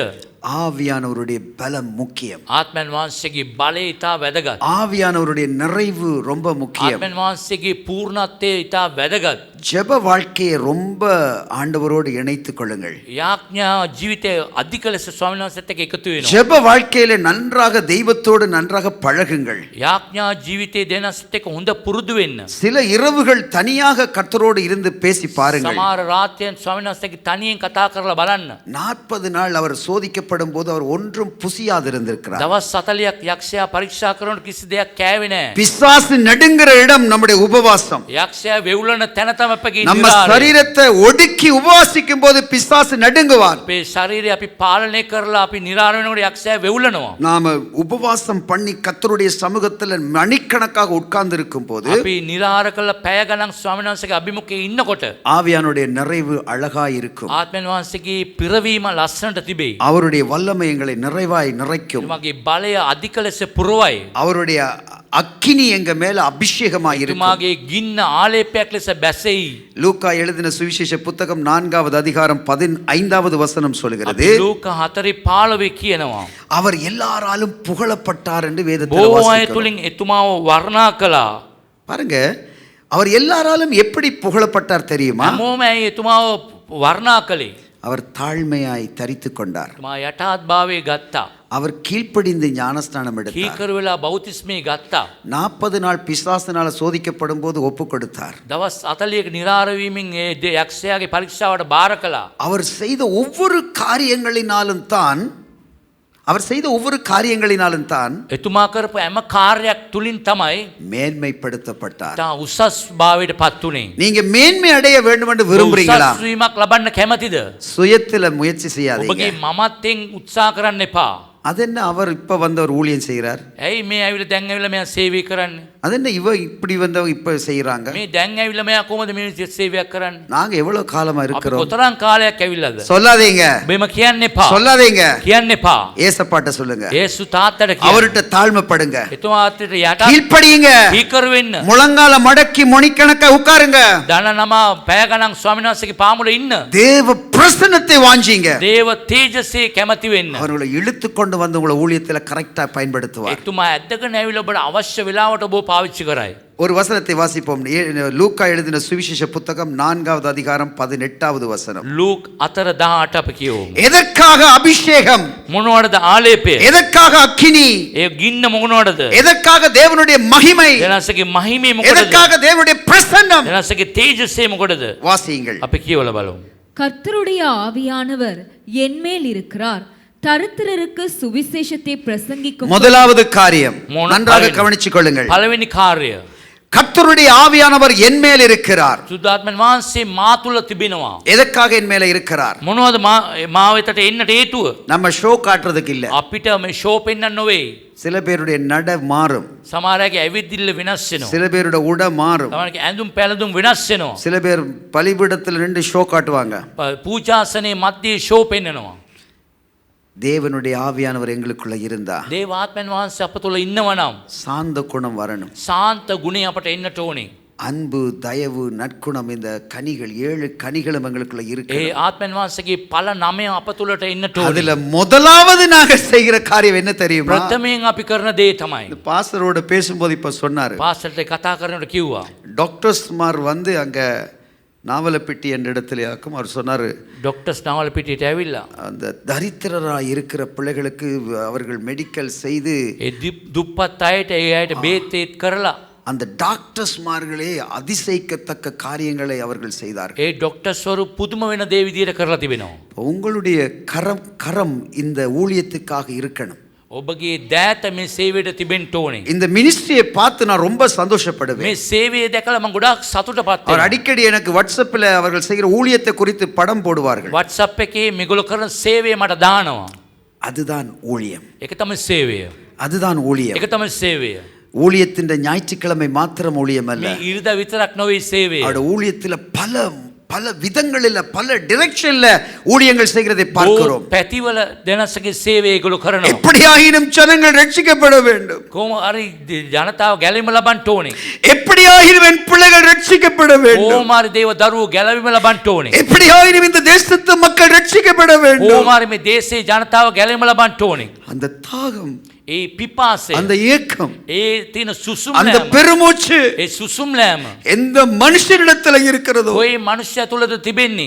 அதுதான் ஆண்டவருக்கு பிரியம். ඒක තමයි දෙන්නාන්සේට ප්‍රියමනාප දේ. ஏன் தெரியுமா நான் சொல்லுகிறேன்? ඇයි දන්නවද මම එහෙම කියන්නේ? அவருக்கு இப்ப இறங்கி வந்து ஊழியம் செய்ய முடியாது. பிரியமானவர்களே, එතුමාට ඇවිල්ලා සේවය කරන්න බෑ. எங்களைப் போல யாரோ ஒருவனை வைத்து ஊழியம் செய்கிறார். අප වගේ අය තබලා තමයි සේවය කරන්නේ. யாரோ ஒரு மனிதனை வைத்து, කවුරු හරි මිනිස්සෙක්ව තියලා තමයි. இந்த மனுஷர்களை நான் சந்திக்க மாட்டேன் என்று ஆண்டவர் ஏங்கிக் මේ கொண்டிருக்கிறார். මනුස්සයව මම මුණ ගැහෙන්නේ නැද්ද කියලා හිතුවා ආදරෙන් බලා ඉන්නවා. தரித்திரருக்கு சுவிசேஷத்தை பிரசங்கிக்கும்படி என்னை அபிஷேகம் பண்ணினார். දිලින්දන්ට සුභ ආරංචිය දේශනා කරන්න මම ආලේප කළා. இரண்டாவது காரியம், දෙවනුව இருதயம் நறுங்குண்டவர்களை குணமாக்கவும் இருதயம் நறுங்குண்ட மனுஷர்கள் குணமாக்கப்பட வேண்டும். හදවත කැඩුණු බිඳුණු අය සුව වෙන්නට ඕනේ. தரித்திரராய் இருக்கிறவர்கள், දිලිඳු අය, ஒன்றுமில்லாதவர்கள், කිසි දෙයක් නැති අය, கண்ணீரோடு வாழ்கிறவர்கள், කඳුලින් ඉන්න අය, ஒருவேளை போஜனத்துக்காய் தவிக்கிறவர்கள், එක වේලක් කන්න බැරුව ලත වෙන අය, அவர்களுக்கு இயேசு உதவி செய்வார் என்று நாங்கள் சொல்லணும். යේසුස් වහන්සේ උදව් කරයි කියලා අපි කියන්නට ඕනේ. அவர்களுக்கு இயேசு உங்களை விடுதலையாக்குவார் என்று சொல்லணும். යේසුස් වහන්සේ ඔබ නිදහස් කරයි කියලා කියන්නට ඕනේ. இரண்டாவது, இருதயத்துல உடைஞ்சு போய் இருக்கிற பிள்ளைகளுக்கு ஆண்டவரை குறித்து சொல்லணும். හදවත කැඩී බිඳී ඉන්න ඒ අයට සුභ ආරංචිය කියන්නට ඕනේ. சிறைப்பட்டவர்களுக்கு விடுதலையையும் சிறையிலே சிறைப்பட்டிருக்கிற பிள்ளைகளுக்கு விடுதலை. සිර අය ඉන්න අයව නිදහස් කරන්නට. நான்காவது, குருடருக்கு பார்வையையும் பிரசித்தப்படுத்தவும் ஐந்தாவது காரியம், நொறுங்குண்டவர்களை விடுதலையாக்கவும் ஆறாவது, கர்த்தருடைய அனுக்கிரக வருஷத்தை பிரசித்தப்படுத்தவும் என்னை அனுப்பினார் என்று எழுதியிருக்கிற இடத்தை அவர் கண்டு. பாருங்க, கர்த்தருடைய வருஷத்தை அனுக்கிரக வருஷத்தை பிரசித்தப்படுத்தவும் என்னை அபிஷேகம் பண்ணினார் என்று ஆண்டவர் சொல்லுகிறார். ආලේප කරයි කියලා සඳහන් කරනවා. நான் வாசிக்கிறேன், சொல்லுகிறேன். முதலாவது காரியம், ප්‍රථම කාරණාව. தரித்திரருக்கு சுவிசேஷம் சொல்ல என்னை அபிஷேகம் பண்ணினார். ඒ දිලිඳුන්ට සුභ ආරංචිය දේශනා කරන්න මම ආලේප කළා. தேவ பிள்ளைகளே, சபைக்குள்ள இருக்கிற என் அருமையான மதிப்புக்குரியவர்களே, සභාවේ ඉන්න මං ගරු කරන දේව දරුවනි, நீங்க எல்லாம் விலை மதிக்க முடியாத சொத்துக்கள். ඔබ වටින අමිල වූ වස්තුවක්. ඔබ நீங்க ஒரு விஷயத்தை உங்களோட இருதயத்துக்குள்ள பதிச்சு கொள்ளுங்க. එක කාරණාවක් ඔබගේ හදවත් තුළ පතිත කරගන්න. கர்த்தருடைய ஆவியானவர் எனக்குள்ள இருக்கிறார் என்ற உணர்வு உங்களுக்கு யாருக்காவது இருந்தா, ආත්මයන් වහන්සේ මා තුළ ඉන්නවයි කියන ඔබට හැඟීමක් තිබෙනවා නම් 7 காரியங்கள் කාරණා 7ක් කියනවා. இந்த 7 காரியங்களை நம்மளோட வாழ்க்கையில கொண்டு வர வேணும். මේ කාරණා හතම අපගේ ජීවිතයට ගේන්නට ඕනේ. அபியாசப்படுத்த வேணும். ඒක අභ්‍යාසයට පත් කරන්නට ඕනේ. ஒன்று, தரித்திரருக்கு சுவிசேஷத்தை நாங்கள் அறிவிக்கணும். එක දිල්ලුන්දුන්ට සුභ ආරංචිය ප්‍රකාශ කරන්නට ඕනේ. அந்த அறிவிக்கிறதுக்கு என்னால நான் போக முடியாது, நேரம் இல்லை, நான் வேலையில் இருக்கிறேன் என்று சொன்னால் ඒ ප්‍රකාශ කරන්න මට කාල වේලාව නැහැ කියලා ඔබ කියනවා නම් உங்களை கைகளை விரித்து அதுக்குரிய பிரதிபலன்களை நீங்கள் பாஸ்டர் அவர்களோடு சேர்ந்து அந்த ஊழியத்தில் நீங்கள் உடன்பட வேண்டும். ඒ සේවයේ සඳහා ඔබගේ අත දිගු කරලා ඒ සේවය ආශිර්වාද කරන්නට ඕනේ. சபைக்கு உதவி செய்து அந்த ஊழியத்தில் நீங்கள் பங்கு பெற ඒ வேண்டும். සභාවට උදව් කරලා ඒ සේවයේ ඔබ පංගුකාරයෙක් වෙන්නට ඕනේ. இரண்டாவது, இருதயம் நொறுங்குண்டு காயப்பட்டிருக்கிற மக்களுக்கு சுவிசேஷம் அறிவிக்கப்பட வேண்டும். දෙක, හදවත කැඬුණු බිඳුණු අයට සුභ ආරංචිය ප්‍රකාශ කරන්නට ඕනේ. பிசாசுனுடைய சிறைக்குள்ள சிக்கப்பட்டிருக்கிற பிள்ளைகளை விடுதலை பண்ண வேண்டும். යක්ෂයාගේ සිරබාරයට ඊටු අයව දරුවන්ව නිදහස් කරන්නට ඕනේ. குருடருக்கு பார்வை என்று சொன்னால் ඒ අන්ධයන්ට පෙනීම කියලා කිව්වොතින් இருளுக்குள்ள அகப்பட்டிருக்கிற பிள்ளைகள். අන්ධකාරයට අසු වෙච්ච දරුවන්ව குருடருக்கு பார்வை என்று சொல்லும் போது ඒ අන්ධයන්ට පෙනීම කියලා කිව්වම குருடனை நீங்க எடுத்துக்கொண்டீங்கன்னா ඔබ අන්ධෙක්ව ගත්තම அவனுக்கு யாரையாவது பார்க்க முடியுமா? කාවත් බලන්න පුළුවන්ද? அப்ப அதனுடைய அர்த்தம் என்னன்னு ඒක சொன்னால் තේරුම කුමක්ද කිව්වොත් இருளுக்குள்ள சிக்கி தவிக்கிற பிள்ளைகள். අන්ධකාරයේ ඉරවෙච්ච අය කෙනෙකුට அந்த இருளில் இருக்கிறவர்களை வெளிச்சத்துக்கு கொண்டு வருவதற்கு நாங்கள் முயற்சி ඒ பண்ண வேண்டும். අන්ධකාරයේ ඉන්න අය ආලෝකයට ගේන්නට උත්සාහ දරන්න ඕනේ. நொறுக்கப்பட்டவர்கள் என்று சொல்லும் போது ඒ තැළුණු අය කියලා කිව්වම அந்த நொறுக்கப்பட்ட உள்ளத்துல இருக்கிற பிள்ளைகளுடைய வாழ்க்கையை குறித்து நாங்கள் கவனிக்க வேண்டும். ඒ තැළුණු අයගේ ජීවිතය ගැන අපි අවධානය යොමු කරන්න ඕනේ. சிறைப்பட்டவர்கள் என்று சொல்லப்படுகின்றது. සිරබාරේ ඉන්න අය කියලා කිව්වම கட்டப்பட்டவருடைய கட்டுக்களை நாங்கள் அவிழ்க்க ඒ வேண்டும். බැඳුම් වලට ඉන්න අයව බැඳුම් ලියන්න ඕනේ. அவர்களுடைய சிறையிருப்பை நாங்கள் மாற்ற ඔවුන්ගේ வேண்டும். සිරබාරය වෙනස් කරන්න ඕනේ. பிசாசுனுடைய கட்டுகளிலிருந்து அவர்களை வெளியே கொண்டு வர வேண்டும். යක්ෂයාගේ බැඳීමෙන් එළියට ගේන්නට ඕනේ. அப்படியே நாங்கள் குருட்டுத்தன்மையோடு வாழ்ந்து கொண்டிருக்கிற மக்களுக்கு අන්ධකාරයේ ඉන්න නැත්තම් අන්ධයන් වගේ ඉන්න ජීවිත நம்முடைய வாழ்க்கையின் சாட்சியை பிரசித்தப்படுத்த வேண்டும். අපගේ සාක්ෂිය ඒ අයට ප්‍රසිද්ධ කරන්නට ඕනේ. பிள்ளைகளை நீங்க இங்க இருக்கிற ஒவ்வொரு பிள்ளைகளும் මේ ඉන්න හැම දේව දරුවෙක්ම உங்கள் ஒவ்வொருவருக்கும் வித்தியாசமான சாட்சியை கத்தர் வைத்திருக்கிறார். වෙනස් ආකාරයේ සාක්ෂි ඔබට ජීවිතේ දබා තිබෙනවා. நீங்கள் ஒருவராவது ஒரே மாதிரியான சாட்சியோடு இருக்க மாட்டீர்கள். ඔබ හැම කෙනාම එක විදිහේ සාක්ෂි නෑ ජීවිතේ ජීවත් உங்களோட වෙන්න. வாழ்க்கையில் எத்தனையோ அற்புதங்களை கத்தர் ඔබගේ செய்திருப்பார். ජීවිතේ බොහෝ ආස්කම් කර තිබෙනවා. நீங்க இன்றைக்கு இந்த சபைக்குள்ள இருக்கிறதற்கு கத்தர் எத்தனையோ விதமான நன்மைகளை உங்களுக்கு ඔබ செய்திருக்கிறார். මේ සභාවේ රැඳී ඉන්නට දැනසේ බොහෝ ආස්කම් ඔබගේ ජීවිතේ කර තිබෙනවා. அந்த இருளில் இருக்கிற மக்களுக்கு நீங்க அதை சொல்லணும். ඒ අන්ධකාරයේ ඉන්න මනුෂ්‍යයන්ට ඒ දේ ඔබ කියන්නට ඕනේ. அந்த வெளிச்சம், நாங்க இருக்கிற இடம் ஒரு வெளிச்சம் என்பதை அவர்களுக்கு காண்பிக்கணும். අපි ඉන්න තැන ලොකු ආලෝකයක් කියලා එයාට පෙන්වන්නට ඕනේ. அந்த குருட்டு தன்மையில இருந்து அவர்களை வெளியே கொண்டு வர ඒ வேண்டும். අන්ධභාවයෙන් උන් එළියට ගේන්නට ඕනේ. அதுக்குத்தான் அந்த அபிஷேகம். ඒක තමයි ආලේපය. அதுக்குத்தான் கர்த்தருடைய ஆவியானவர் என் மேலே ඒක இருக்கிறார். තමයි අපගේ තුල ආත්මයන් වහන්සේ ඉන්නේ. ஐந்தாவது காரியம் சொல்கிறது, පස්වෙනි කාරණාව කියනවා. நொறுக்குண்டவர்களை விடுதலையாக்க. ඒ කැඩුණු බිඳුණු අය නිදහස් කරන්නට என்ன அர்த்தம்? මොනවද තේරුම? வாழ்க்கையில கசந்து போயிருக்கிறவர்கள், ජීවිතේ තිත්ත භාවයට පත් වෙච්ච අය. தற்கொலை எண்ணங்களோடு இருக்கிற பிள்ளைகள், ඒ දිවිනසා ගන්න ඕන කියන ඇඟීමෙන් ඉන්න අය.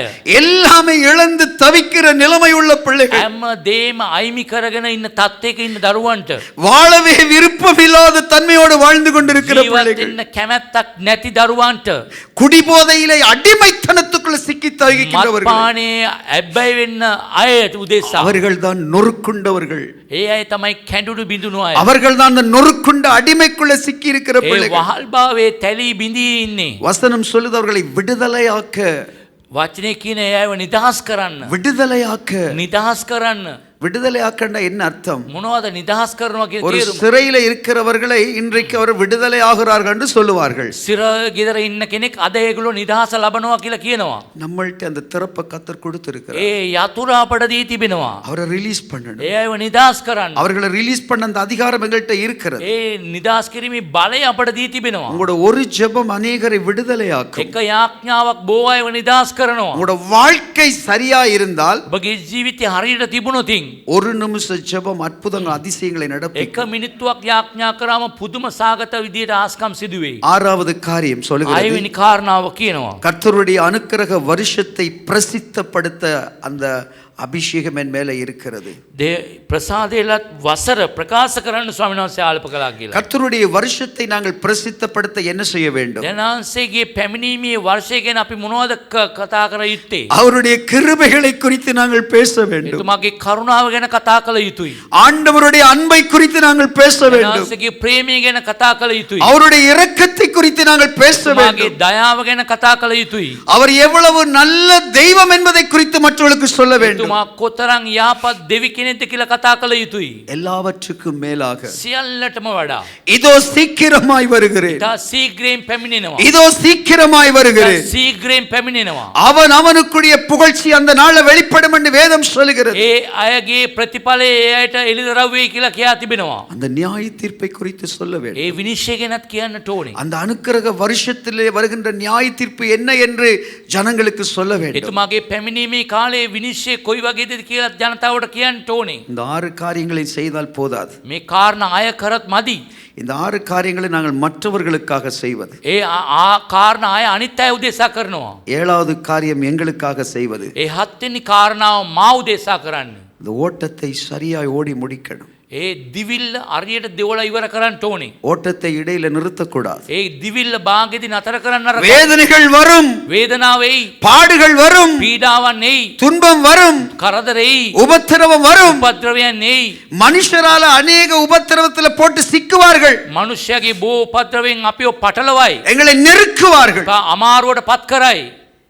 கர்த்தரோடு அந்த உறவுல நாம சரியா இருக்கும் போது දෙවියන් වහන්සේත් එක්ක හොඳ සම්බන්ධකමෙන් අපි ඉන්නවනම් அந்த ஓட்டத்தை சரியா ஓட முடியும். ඒ දිවිල්ල හරියට දුවන්න පුළුවන්. வேதம் சொல்லுகிறது, දෙවචනේ කියනවා. காலாட்களோடு ஓடும்போது உன்னை இளைக்க பண்ணினார்களே ஆனால் සාමාන්‍ය මනුෂ්‍යත් එක්ක දුවනකොට ඔබට හති දානවා නම් குதிரைகளோடு சேர்ந்து நீ எப்படி ஓடுவாய்? කොහොමද ඔබ අශ්වයත් එක්ක දුවන්නේ? எங்களுக்கு குதிரைகளோடு ஓட எங்களை அவர் பழக்குவார். අපිව අශ්වයත් එක්ක දුවන්න අපිව පුරුදු කරනවා. குதிரைகளோடு ஓட எங்களை பழக்குவார். ඒ අශ්වයත් එක්ක දුවන්න අපිට පුරුදු කරයි. அதுதான் நான் முதல்ல உங்களுக்கு ඒක சொன்னேன். තමයි මම ඔබට ප්‍රථමයෙන්ම කිව්වේ. விசுவாசத்தை வர்த்திக்க பண்ணும்படி ஆண்டவர் சில காரியங்களை நம்முடைய வாழ்க்கையில விடுவார். අපගේ ඇදහිල්ල සමහර දේවල් වර්ධනය කරන්න සමහර දේවල් අපිට අනුමත කරනවා. சோர்ந்து போகக்கூடாது, මැලිවෙන්න නරකයි. சோர்ந்து போகக்கூடாது. මැලිවෙන්න නරකයි. விசுவாசத்திலே வைராக்கியமாய் இருக்கணும். ඇදහිල්ලෙන් ජුලිතභාවයෙන් ඉන්නට ඕනේ.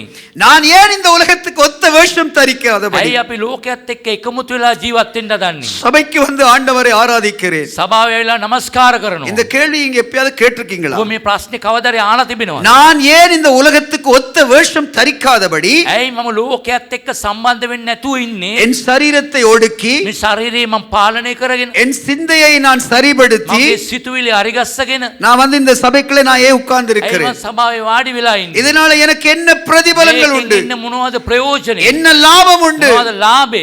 இந்த ஓட்டத்தை எப்படி சரியாய் நான் ஓடி முடிப்பது? මේ දිවිල්ල කොහමද හරියට මම දුවලා ඉවර කරන්නේ? அதுக்கு பதில் என்ன தெரியுமா? මේකට පිළිතුර මොනවද දන්නවද? லூக்கா எழுதின சுவிசேஷ புத்தகம் 4வது அதிகாரத்துல ලූකා 4 වෙනි පරිච්ඡේදය 20வது வசனத்தை வாசிங்க. 20 වෙනි පදයේ කියවලා බලන්න. வாசிங்க. வாசித்து புஸ்தகத்தை சுருட்டி பணிவிடைக்காரனிடத்தில் கொடுத்து உட்கார்ந்தார். ஜெப ஆலயத்தில் உள்ள எல்லாருடைய கண்களும் அவர் மேல் நோக்கமாயிருந்தது. போதும் போதும். ඇති. வாசிங்க. උන්වහන්සේ කියවා ග්‍රන්ථය අකුලා උපස්ථානයේ තැනකට දී වැඩවුන් සේක. එකල ධර්මශාලාවේ සිටි සියල්ලම උන්වහන්සේ කෙරේ மத்தேயு නිත්‍යමා புஸ்தகம். සිටීසේක. மத்தேயு புஸ்தகம் 5வது அதிகாரம் 1வது வசனம். මතෙව් 5:1. 2 காரியங்களும் ஒரே விஷயத்தை பேசுகிறது. කාරණා දෙකම එකම විෂයක් ගැන කතා කරනවා. அவர் வாசித்து புத்தகத்தை சுருட்டி, அந்த நாட்கள்ல அந்த பேப்பர் மாதிரி தான் வரும், அந்த இது மாதிரி ஓலை மாதிரி. ඒ දවස්වල නිකන් ග්‍රන්ථයක් වගේ එනවා. அந்த ஓலையை எடுத்து அவர் வாசித்து அதை சுருட்டி அவர்கள் கொடுத்துட்டு உட்கார்ந்தார் என்று අර வாசிக்கிறோம். පුස්කොළවල ලියලා ඒවා දේව ඔතලා ඒ තැන තිබෙනවා. வாசிங்க. மத்தேயு 5ஆம் அதிகாரம் 1வது வசனம். அவர் திரளான ஜனங்களைக் கண்டு மலையின் மேல் ஏறினார். அவர் உட்கார்ந்த பொழுது அவருடைய சீஷர்கள் அவரிடத்தில் வந்தார்கள்.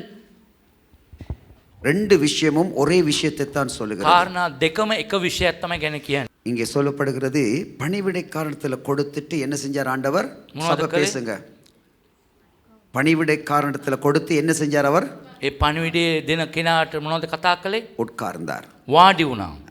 5வது அதிகாரம் 1வது வசனத்தில் என்ன சொல்லுகிறது? පහේ එක මොනවද කියන්නේ? அவர் திரளான ஜனங்களை கண்டபோது බොහෝ ජනතාව දැක්ක ගමන් மலையில ஏறினார். කන්දු මුදුනට නැග්ගා. சரியா?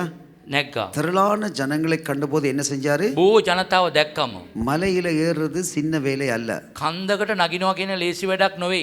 நான் 5000 அடி மலைக்கு ஏறி இருக்கிறேன். අඩි 500ක් කන්දකට නැග්ගා. நோ 5000 5000කට. අඩි 5000කට කන්ද. 5000 அடி மலை என்றது ஒரு நாள் ஃபுல்லா ஏறணும். දවසක්ම නගින්නට ඕනේ. காலையில விடிய ஏறினா இரவுக்கு தான் போய் சேருவோம். ඒ හලුවෙම නැග්ගොත් රෑ තමයි ඉවර වෙන්නේ නැග්ගලා ඉවර பல වෙන්නේ. தடவை ஏறி இருக்கிறேன். ඕත් අවස්ථා නැගලා තිබෙනවා. நம்மளை வருத்தி අපිව නිකන් අපිව பொடி කරගෙන கஷ்டப்படுத்தி தான் மேல போகும். අමාරුවෙන් තමයි ওই ගමන යන්නට ඕනේ. அப்போ அவர் திரளான ஜனங்களை கண்டபோது செய்த வேலை தன்னை கஷ்டப்படுத்தினார். ගොඩාක් ජනතාව දැක්ක ගමන් එයාව ගොඩක් වේදනාවට පත් කරගෙන නැග්ගයි කන්දට. அதுக்கு பிறகு செய்ததுதான் ரொம்ப முக்கியமான ඊට காரியம். පස්සේ කරපු දේවල් තමයි ලොකුම දේ.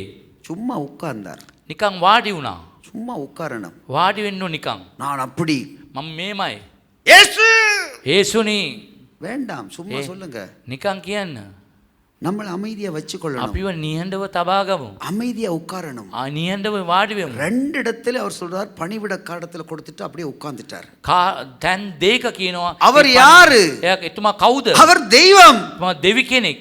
அவருக்கு கீழே தான் எல்லாம் இருக்குது. එතුමා යටතේ තමයි හැමදේම அந்த තියෙන්නේ. புத்தகத்தை அவர்கிட்ட கொடுத்துட்டு உட்காரும் போது இன்னொரு ஆள் வந்து ஊழியம் செஞ்சிருப்பாங்க. ඒ ග්‍රන්ථයේ තිබ්බ ගම තව කෙනෙක් ඇවිල්ලා සේවය කරලා ඇති. வானத்தையும் பூமியையும் படைச்ச தெய்வம் ආස පොළොව මැවූ දෙවිඳුන් சும்மா உட்கார்றாங்க. නිකන් වාඩි වෙනවා. நம்ம படம் காட்டக்கூடாது. අපි නිකන් චිත්‍රපටි පෙන්වන්න නරකයි. நம்ம கிறிஸ்தவர்களா இருந்தா அமைதலா இருக்கணும். අපි ක්‍රිස්තියානි අය ලෙස ඉතාමත්ම නිහඬව ඉන්නට நம்ம ඕනේ. ஆண்டவருடைய பிள்ளைகளா இருந்தா அதிகாரத்துக்கு கீழ்ப்பட்டிருக்கணும். අපි දෙවිවන්සගේ දරුවෙක් නම් ඒ ආධිපත්‍යයට බලයට කීකරු වෙන්න ඕනේ. நாம ஒரு சரியான கிறிஸ்தவர்களா இருப்போமா අපි இருந்தா හරි ක්‍රිස්තියානිකාරයෙක් නම් ஒரு மூலையில சும்மா உட்காரணும். අපි මුල්ලකට වෙලා පැත්තකට වෙලා වාඩි වෙන්න ඕනේ. நம்ம பெரிய ஆளா இருக்கலாம். අපි ලොකු මිනිසෙක් වෙන්න පුළුවන්. உலகத்துல பெரிய காரியங்களை சாதிக்கலாம். ලෝකේ ලෝ දේවල් ජයගත්ත කෙනෙක් වෙන්න පුළුවන්. ஊழியத்துல இரவு பகல் கஷ்டப்படலாம். සේවයේදී රෑ දහවල් අපි සේවයේ අමාරුකම් විඳින්න පුළුවන්. சபைக்கு வந்தா අපි සභාවට ආවම நம்மளோட ஊழியம் என்னமோ அதை செய்துட்டு අපගේ සේවයේ මොනවද ඒ දේ කරලා அப்படி ஒரு மூலையில உட்கார்ந்து இருந்தா நல்ல கிறிஸ்தவன். ඒ පැත්තකට වෙලා වාඩි වෙනවා නම් ඔයා හොඳ ක්‍රිස්තියානිකාරයෙක්. மத்தேயு 5:2 சொல்லுகிறது, මතෙව් 5:2 කියනවා. பாருங்க, அப்பொழுது அவர் தம்முடைய வாயை திறந்து, එවිට එතුමා මුඛය විවෘත කරලා இது 5:1 நான் முடிக்கையில் 5:1 சொல்லப்படுகிறது, 5:1 කියනවා. அவர் உட்கார்ந்தார் என்று வேதத்துல வாசிக்கிறோம். වාඩි වුණා කියලා දේ වචනේ කියනවා. பிள்ளைகளை ஒரு ரகசியத்தை கற்றுக்கொள்ளுங்க. ඔබ රහසක් ඉගෙන ගන්න. அவர் திரளான ஜனங்களை கண்டார். බොහෝ ජනතාව දැක්කා. அநேக ஜனங்களை கண்டபோது அவர் என்ன செஞ்சார்? தன்னை கஷ்டப்படுத்தி மலையில ஏறினார். බොහෝ ජනතාව දැක ගම අමාරුවෙන් ඊ කන්දට නැග්ගා. அது என்ன அர்த்தம் தெரியுமா? ඒ තේරුම කුමක්ද? இரவிரவாய் முழங்கால இருந்து ஜெபம் பண்ணுவது. රෑ පුරාම දනගාල යාඥා කිරීම. ஏன் ஜெபம் பண்ணணும்? ඇයි යාඥා කරන්න ඕන? நாளைக்கு திரளான ஜனங்கள் வருவார்கள். එට බොහෝ ජනතාව එනවා. அவர்களுக்கு நான் பேசணும். ඒ අයට කතා කරන්න ඕන. அவர்களுக்கு நான் சொல்லணும். ඒ අයට කියන්න ඕනේ. அப்போ தன்னை கஷ்டப்படுத்தினார். තමාව ඉතා අමාරුවකට පත් කරගත්තා. சிம்பிளா ஊழியம் செய்கிறார் பாருங்க. ඉතා ලේසියෙන් සේවය කළා. அப்படியே வந்து உட்கார்ந்தார். ඒම වාඩි වුණා. கஷ்டப்படுத்திட்டு வந்து சும்மா உட்கார்ந்தார். ඉතා අමාරුවෙන් ඇවිල්ලා වාඩි වුණා. சீஷர்கள் அவரிடத்தில் வந்தார்கள். ගෝලයෝ එතුමා වෙතට ආවා. அப்போ சீஷர்கள் ஒரு ஊழியக்காரனிடத்துல வர வேணுமா இருந்தா ගෝලයෝ සේවකයා වෙතට එන්නට ඕනේ නම් அதுக்கு முன்னாடி அவங்க என்ன செஞ்சிருக்காங்கன்றது முக்கியம். ඒගොල්ලෝ මොනවද කරන්නට තිබ්බේ? மனுஷன் எதை விதைக்கிறானோ அதை அறுப்பான். මනුෂ්‍යයා මොනවද වපුරන්නේ ඒ දේ නෙලා ගන්නවා. தனக்கு பதில் கிடைக்கும்படி அவருக்கு ஒன்றை முந்திக் கொடுத்தவன் யார் என்று யோபு 42வது அதிகாரத்தில் சொல்லப்படுகிறது. 42 කියන අයට දුන්න අයට මොනවද ලබා ගත්තේ කියලා. நாங்கள் பே பண்ண வேண்டும். අපි පේ කරන්න ඕනේ. அதாவது நேரத்தை கொடுக்கணும். වෙලාව දෙන්නට ඕනේ. எங்களோட சரத்தை கொடுக்கணும். ඒ ශරීරය දෙන්න எங்களோட ඕනේ. ஆவி ஆத்மா අපගේ சரத்தில் ஒப்பு ආත්ම கொடுக்கணும். ශරීරේ ප්‍රාණය දෙන්න ඕනේ. அதை கொடுக்கும் போது சீஷர்கள் ஊழியக்காரர்கள் சும்மா தேடி வந்து அப்படியே கையை கட்டிட்டு ඒ நிற்கிறார். සේවකයන් ඉබේම නිකන්ම ඇවිල්ලා අතකට ගහගෙන හිටියා. அப்பொழுது එවිට அப்படித்தான் வசனம் தொடங்குது. එහෙම තමයි වචනේ පටන් ගන්න. அப்பொழுது இந்த காரியங்கள் எல்லாம் செஞ்ச போது මේ දේවල් කරාට පස්සේ அவர் உட்கார்ந்திருந்த பொழுது එයා වාඩි වුණාට පස්සේ அவர் தம்முடைய வாயை திறந்து එයාගේ මුඛය ඇරලා அவர்களுக்கு உபதேசித்து சொன்னது என்னவென்றால், එයාට උගන්වලා කියපු දේ මොනවද කිව්වොත් முதலாவது காரியம் முதலாவது காரியம் ප්‍රථම කාරණේ ஆவியில எளிமை உள்ளவர்கள் பாக்கியவான்கள். සිතින් දිලින්දෝ වාසනාවන්තයි. பரலோக ராஜ்யம் அவர்களுடைய. ස්වර්ග රාජ්‍ය ඔවුන්ගේ. ஆவியில எளிமையாயிரு. සිතින් දිලින්දෝ. ஆவியில எளிமையாயிரு. සිතින් දිලින්දෝ. இரண்டாவது காரியம் දෙවනුව துயரப்படுகிறவர்கள் பாக்கியவான்கள். ශෝකවන්නෝ වාසනාවන්තයි. அவர்கள் ஆறுதல் அடைவார்கள். ඒ අය සැනසීම ලබන්නේය. துயரப்பட்டு கொண்டிருக்கிறீங்களா? ඔබ ශෝකයෙන් ඉන්නවද? துன்பத்தில் இருக்கிறீங்களா? දුක් කරදරයෙන් ඉන්නවද? இயேசு சொல்லுகிறார், යේසුස් වහන්සේ කියනවා நீங்கள் ஆறுதல் அடைவீர்கள். ඔබ සැනසීම நீங்கள் ලබනවා. ஆறுதல் அடைவீர்கள். සැනසීම உங்களுடைய ලබනවා. வாழ்க்கை செழிக்கும். ඔබගේ ජීවිතේ உங்களுடைய සඵලවත් வாழ்க்கை ஆசீர்வாதமாய் மாறும். ආශිර්වාදයක් මාර් වෙනස් වෙයි. துயரங்கள் சீக்கிரத்தில் மாறி ඒ போகும். ශෝකයන් වෙනස් වෙයි. மூன்றாவது காரியம் තුන්වෙනුව சாந்த குணமுள்ளவர்கள் பாக்கியவான். නියතමානී ගුණ ඇත්තෝ වාසනාවන්තයි. அவர்கள் பூமியை சுதந்தரித்துக் ඔවුන් கொள்வார்கள். දේශේ උරුම කරගන්නවා. சாந்தமா இருங்க. ඔබ නියතමානීව ඉන්න. பேசும்போது மற்றவர்களிடத்தில் உங்களோட அன்பு வெளிப்பட வேண்டும். ඔබ කතා කරනකොට ඔබගේ ප්‍රේමය අනිත් අයට පේන්නට ඕනේ. உங்களோட முகத்தில் தேவ பிரசன்னம் தெரிய வேண்டும். ඔබගේ මූණේ දේව තේජස්සේ පේන්නට ඕනේ. நீங்கள் ஒரு கிறிஸ்தவர்கள் என்று கிறிஸ்துவை அறியாதவர்கள் கண்டுகொள்ள வேண்டும். ඔබ ක්‍රිස්තියානි කෙනෙක් කියලා ක්‍රිස්තියානින් දන්නේ නැති කෙනෙක් ඔබ දැනගන්න ඕනේ. சாந்தம் சாந்த குணமோடு நாங்கள் நடந்து கொள்ள வேண்டும். නියතමානී ලෙස ඔබ ජීවත් වෙන්න. நான்காவது காரியம் හතරවෙනුව நீதியின் மேல் பசிதாகம் உள்ளவர்கள் பாக்கியவான்கள். යුක්තියට සාපිපාස ඇත්තෝ වාසනාවන්තයි. அவர்கள் திருப்தி அடைவார்கள். ඔවුන් තෘප්තිමත් වෙනවා. நீதியை விட்டு வலது இடதுபுறம் சாயாதிருங்கள். ඔබ යුක්තිය ඒ දකුණට වමට ඇරෙන්න එපා. சத்தியத்தை விட்டு வலது இடதுபுறம் ඒ சாயக்கூடாது. සත්‍යතාවයට විරුද්ධව වමට දකුණට ඇරෙන්න එපා. சத்தியத்திற்காய் குரல் கொடுக்க வேண்டும். සත්‍යතාවයට ඔබගේ හඬ නගන්න. சத்தியத்திற்காய் ஜீவிக்க வேண்டும். සත්‍යතාවය දෙසා ජීවත් වෙන්න. சத்தியம்தான் என்னுடைய பேச்சு. සත්‍යතාවයේ කතා කරන්න. சத்தியம்தான் என்னுடைய மூச்சு. සත්‍යතාව අපේ උස්ම. சத்தியம்தான் என்னுடைய வாழ்க்கை. සත්‍යතාවය තමයි අපේ ජීවිතය. என்னுடைய போக்கும் என்னுடைய வரத்தும் சத்தியமாய் இருக்க வேண்டும். අපගේ යාම ඊම පවා සත්‍යතාවය. ஐந்தாவது காரியம் சொல்லுகிறது, පස්වෙනි කාරණේ කියනවා இரக்கமுள்ளவர்கள் பாக்கியவான்கள். නිර්මල සිත් ඇත්තෝ වාසනාවන්තයි. இரக்கம் பண்ண வேண்டும். නිර්මල වන්නට ඕනේ. நாங்கள் நல்லா இருக்கிறோமா? අපි හොඳට ඉන්නවද? எங்களை ஆண்டவர் ஒரு பொசிஷன்ல අපි வச்சிருக்கிறாரா? හොඳ පොසිෂන් එකේ තබා තිබෙනවද? எங்களை ஆண்டவர் உயர்த்தி இருக்கிறாரா? එයාට උසස් කරලා තිබෙනවද? நாங்க என்ன செய்ய අපි வேண்டும்? මොනවද කරන්න ඕනේ? இறங்க வேண்டும். අපි දෙන්නට ඕනේ. இருதயத்தை கடினப்படுத்தாதீர்கள். හදවත දැඩි කරගන්න නරකයි. இருதயத்தை கடினப்படுத்தாதீர்கள். හදවත දැඩි කරන්න නරකයි. இவங்க இந்த நேரமும் காசு கட்டபடி, මෙන්න නිතරම සල්ලි ඉල්ලනවා. இவங்க எப்ப பார்த்தாலும் இதான் கேட்பாங்க. මේක තමයි නිතරම ඉල්ලන්නේ. காசு நீங்க பாஸ்டருக்கு கொடுக்கல, ඔබ පාස්ටර් ඔබ මුදල් දෙන්නේ නැහැ. நீங்க கர்த்தருக்கு கொடுக்குறீங்க. ඔබ දෙවියන් වහන්සේට දෙනවා. நீங்க கொடுத்ததை அவர் திருப்பி 10 மடங்கு திருப்பி தருவார். ඔබ දුන්න දේ දෙනසේ 10 ගුණයකින් දී තිබෙනවා. 100 மடங்கு திருப்பி தருவார். 100 ගුණයකින් ස්වාමීන් වහන්සේ දෙයි. விசனப்படாதிருங்க. ඔබ නිකන් කේන්තියෙන් නරකයි. இருதயத்தை கடினப்படுத்தாதிருங்க. හදවත දැඩි කරගන්න එපා. இரக்கமுள்ளவர்கள் பாக்கியவான்கள். ඉතා නිර්මලාය වාසනාවන්තයි. அவர்கள் இரக்கம் பெறுவார்கள். ඒ අය කරුණාව ලබයි. நீங்க இரக்கம் பண்ணினீங்கன்னா உங்களுக்கு அந்த இரக்கம் திரும்ப கிடைக்கும். ඔබ ඒ නිර්මලව ඉන්නවනම් ඔබ කරුණා කරනවා, ඒ කරුණාව ලැබෙයි. ஏதோ ஒரு காரியம் நடக்காத காரியத்தை கர்த்தர் வாய்க்க பண்ணுவார். ඔබගේ නොදන්නා වූ දකින්න ඇති දෙයක් උසානසේ ඇති எத்தனையோ කරයි. வருஷம் திருமணம் நடக்காம இருக்கலாம். බොහෝ අවුරුදු ගණන් විවාහ වෙන්නේ නැති වෙන්න පුළුවන්. எத்தனையோ வருஷம் பிள்ளை இல்லாமல் இருக்கலாம். බොහෝ අවුරුදු ගණන් දරුවෝ නැති වෙන්න පුළුවන්. எத்தனையோ வருஷம் ஒரு காரியத்துக்காய் துன்பப்பட்டு கொண்டிருக்கலாம். බොහෝ අවුරුදු ගණන් මොනවාරි දෙයක් ගැන ඔබ කරදර වේදනාව වෙන්න පුළුවන්. ஒருவேளை நீங்க உங்கள் கையை இதுக்கு திறக்கும் போது ඔබගේ දැහැත විවෘත කරනකොට அந்த கை உண்மையாய் திறக்க வேண்டும். අවංකව ඔබ ඒක දෙන්නට ඕනේ. இது கிடைக்குமே என்று கை திறக்க கூடாது. මේක දුන්නොත් ඒක ලැබෙයි කියන නෙවෙයි. இருதயத்துல உண்மையாய் திறக்க வேண்டும். හදවත කැමැත්තෙන් දෙන්නට ඕනේ. ஆண்டவரே, உங்களோட வார்த்தையை நான் இன்றைக்கு கேட்டேன், ඔබගේ වචනේ මං ඇසුවා. அதனால நான் இந்த கையை நான் உங்களை நம்பி திறக்கிறேன் என்று திறக்க வேண்டும். ඔබ විශ්වාස කළා මේ දේ මම දෙනවයි කියලා කියන්න ඕනේ. நீங்க திறக்கும் போது உங்களுக்கு நடக்காத வேறு பெரிய காரியத்தை கர்த்தர் வாய்க்க பண்ணுவார். සිදුවෙන්නේ නැති බොහෝ දේවල් ඔබගේ ජීවිතේ සිදුවෙන්නට පටන් உங்களோட ගන්නවා. வாழ்க்கையில நடக்காது என்று அநேக சொன்ன காரியத்தை கர்த்தர் சாதாரண சாதாரணமாய் வாய்க்க பண்ணுவார். සිදුවෙන්නේ නැහැ කියපු බොහෝ දේවල් සාධාරණ විදියට සිදුවේ. ஏழாவது காரியம் சொல்லுகிறது, හත්වෙනුව කියනවා. சமாதானம் பண்ணுகிறவர்கள் பாக்கியவான், සාමය ඇති කරන්නු වාසනාවන්තයි. அவர்கள் தேவனுடைய புத்திரர் எனப்படுவார். ඔවුන් දෙවියන් වහන්සේගේ පුත්‍රයෝ කියලා සඳහන් කරනවා. சமாதானம் பண்ணுங்கள். සාමය පතන්න. அநேகருடைய வாழ்க்கையில் எத்தனையோ பிரச்சனைகள் நீங்க கேள்விப்படலாம். බොහෝ අයගේ ප්‍රශ්න ඔබට ආන්නට ලැබෙනවා. அவர்களுக்கு போய் உங்களால முடிந்த அளவுக்கு சமாதானமான வார்த்தைகளை சொல்லுங்க. ඔබ ඒ අයට ගිහිල්ලා පුළුවන් තරම් සමාදානයේ වචනේ ප්‍රකාශ நல்ல வார்த்தைகளை சொல்லுங்க. හොඳ වචන කියන්න. இயேசு உங்களை சுகமாக்குவார். යේසුස් වහන්සේ ඔබ සුව කරයි. இயேசு உங்களுக்கு விடுதலை යේසුස් தருவார். වහන්සේ ඔබ නිදහස් அவர் உங்களை ஒரு நாளும் கைவிட ඔබ மாட்டார். කවදාවත් අත්හරින්නේ නැහැ. நல்ல நல்ல நல்ல வார்த்தைகளை சொல்லுங்க. ලස්සන හොඳ වචන කියන්න. உங்களோட வார்த்தையை சொல்லும் போது அங்கே ஆண்டவர் கிரியை செய்வார். ඔබ ඒ වගේ ලස්සන වචන කියනකොට ක්‍රියා කරයි. நீங்க சொன்னபடியே அந்த காரியங்களை ஆண்டவர் வாய்க்க ඔබ பண்ணுவார். කියපු විදියටම මේ දේවල් සිදු කරයි දෙවියන් වහන්සේ.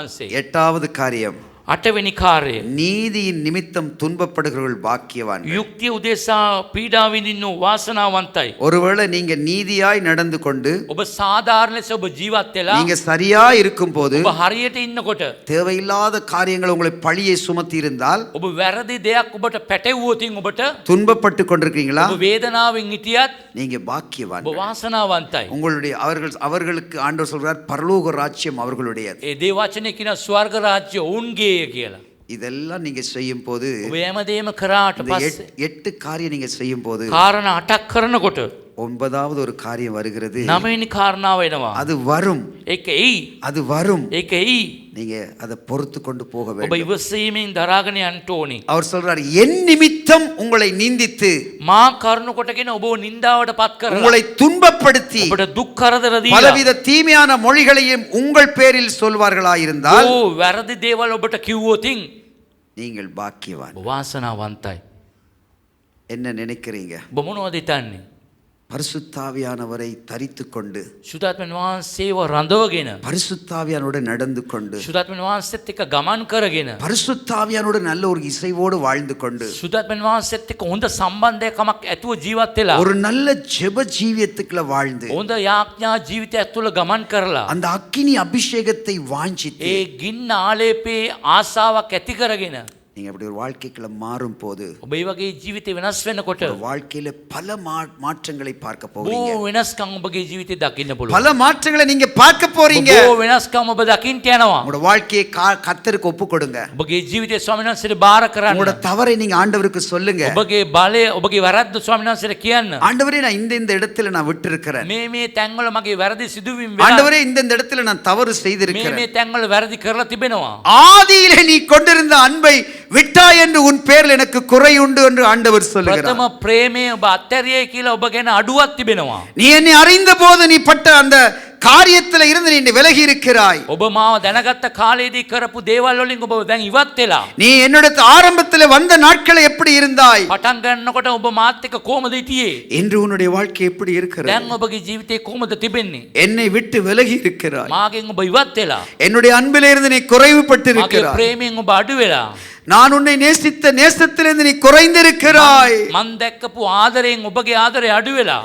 நான் இன்னும் உன்னை நேசிக்கிறேன். තාමත් මං ඔබට ආදරේ.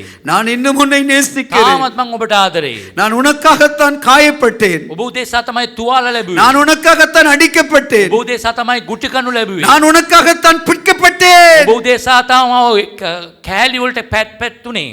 சாத்தானுடைய சத்தத்துக்கு செவி சாய்க்காதே. යක්ෂයාගේ අඬට ඇහුම්කන් දෙන්න එපා.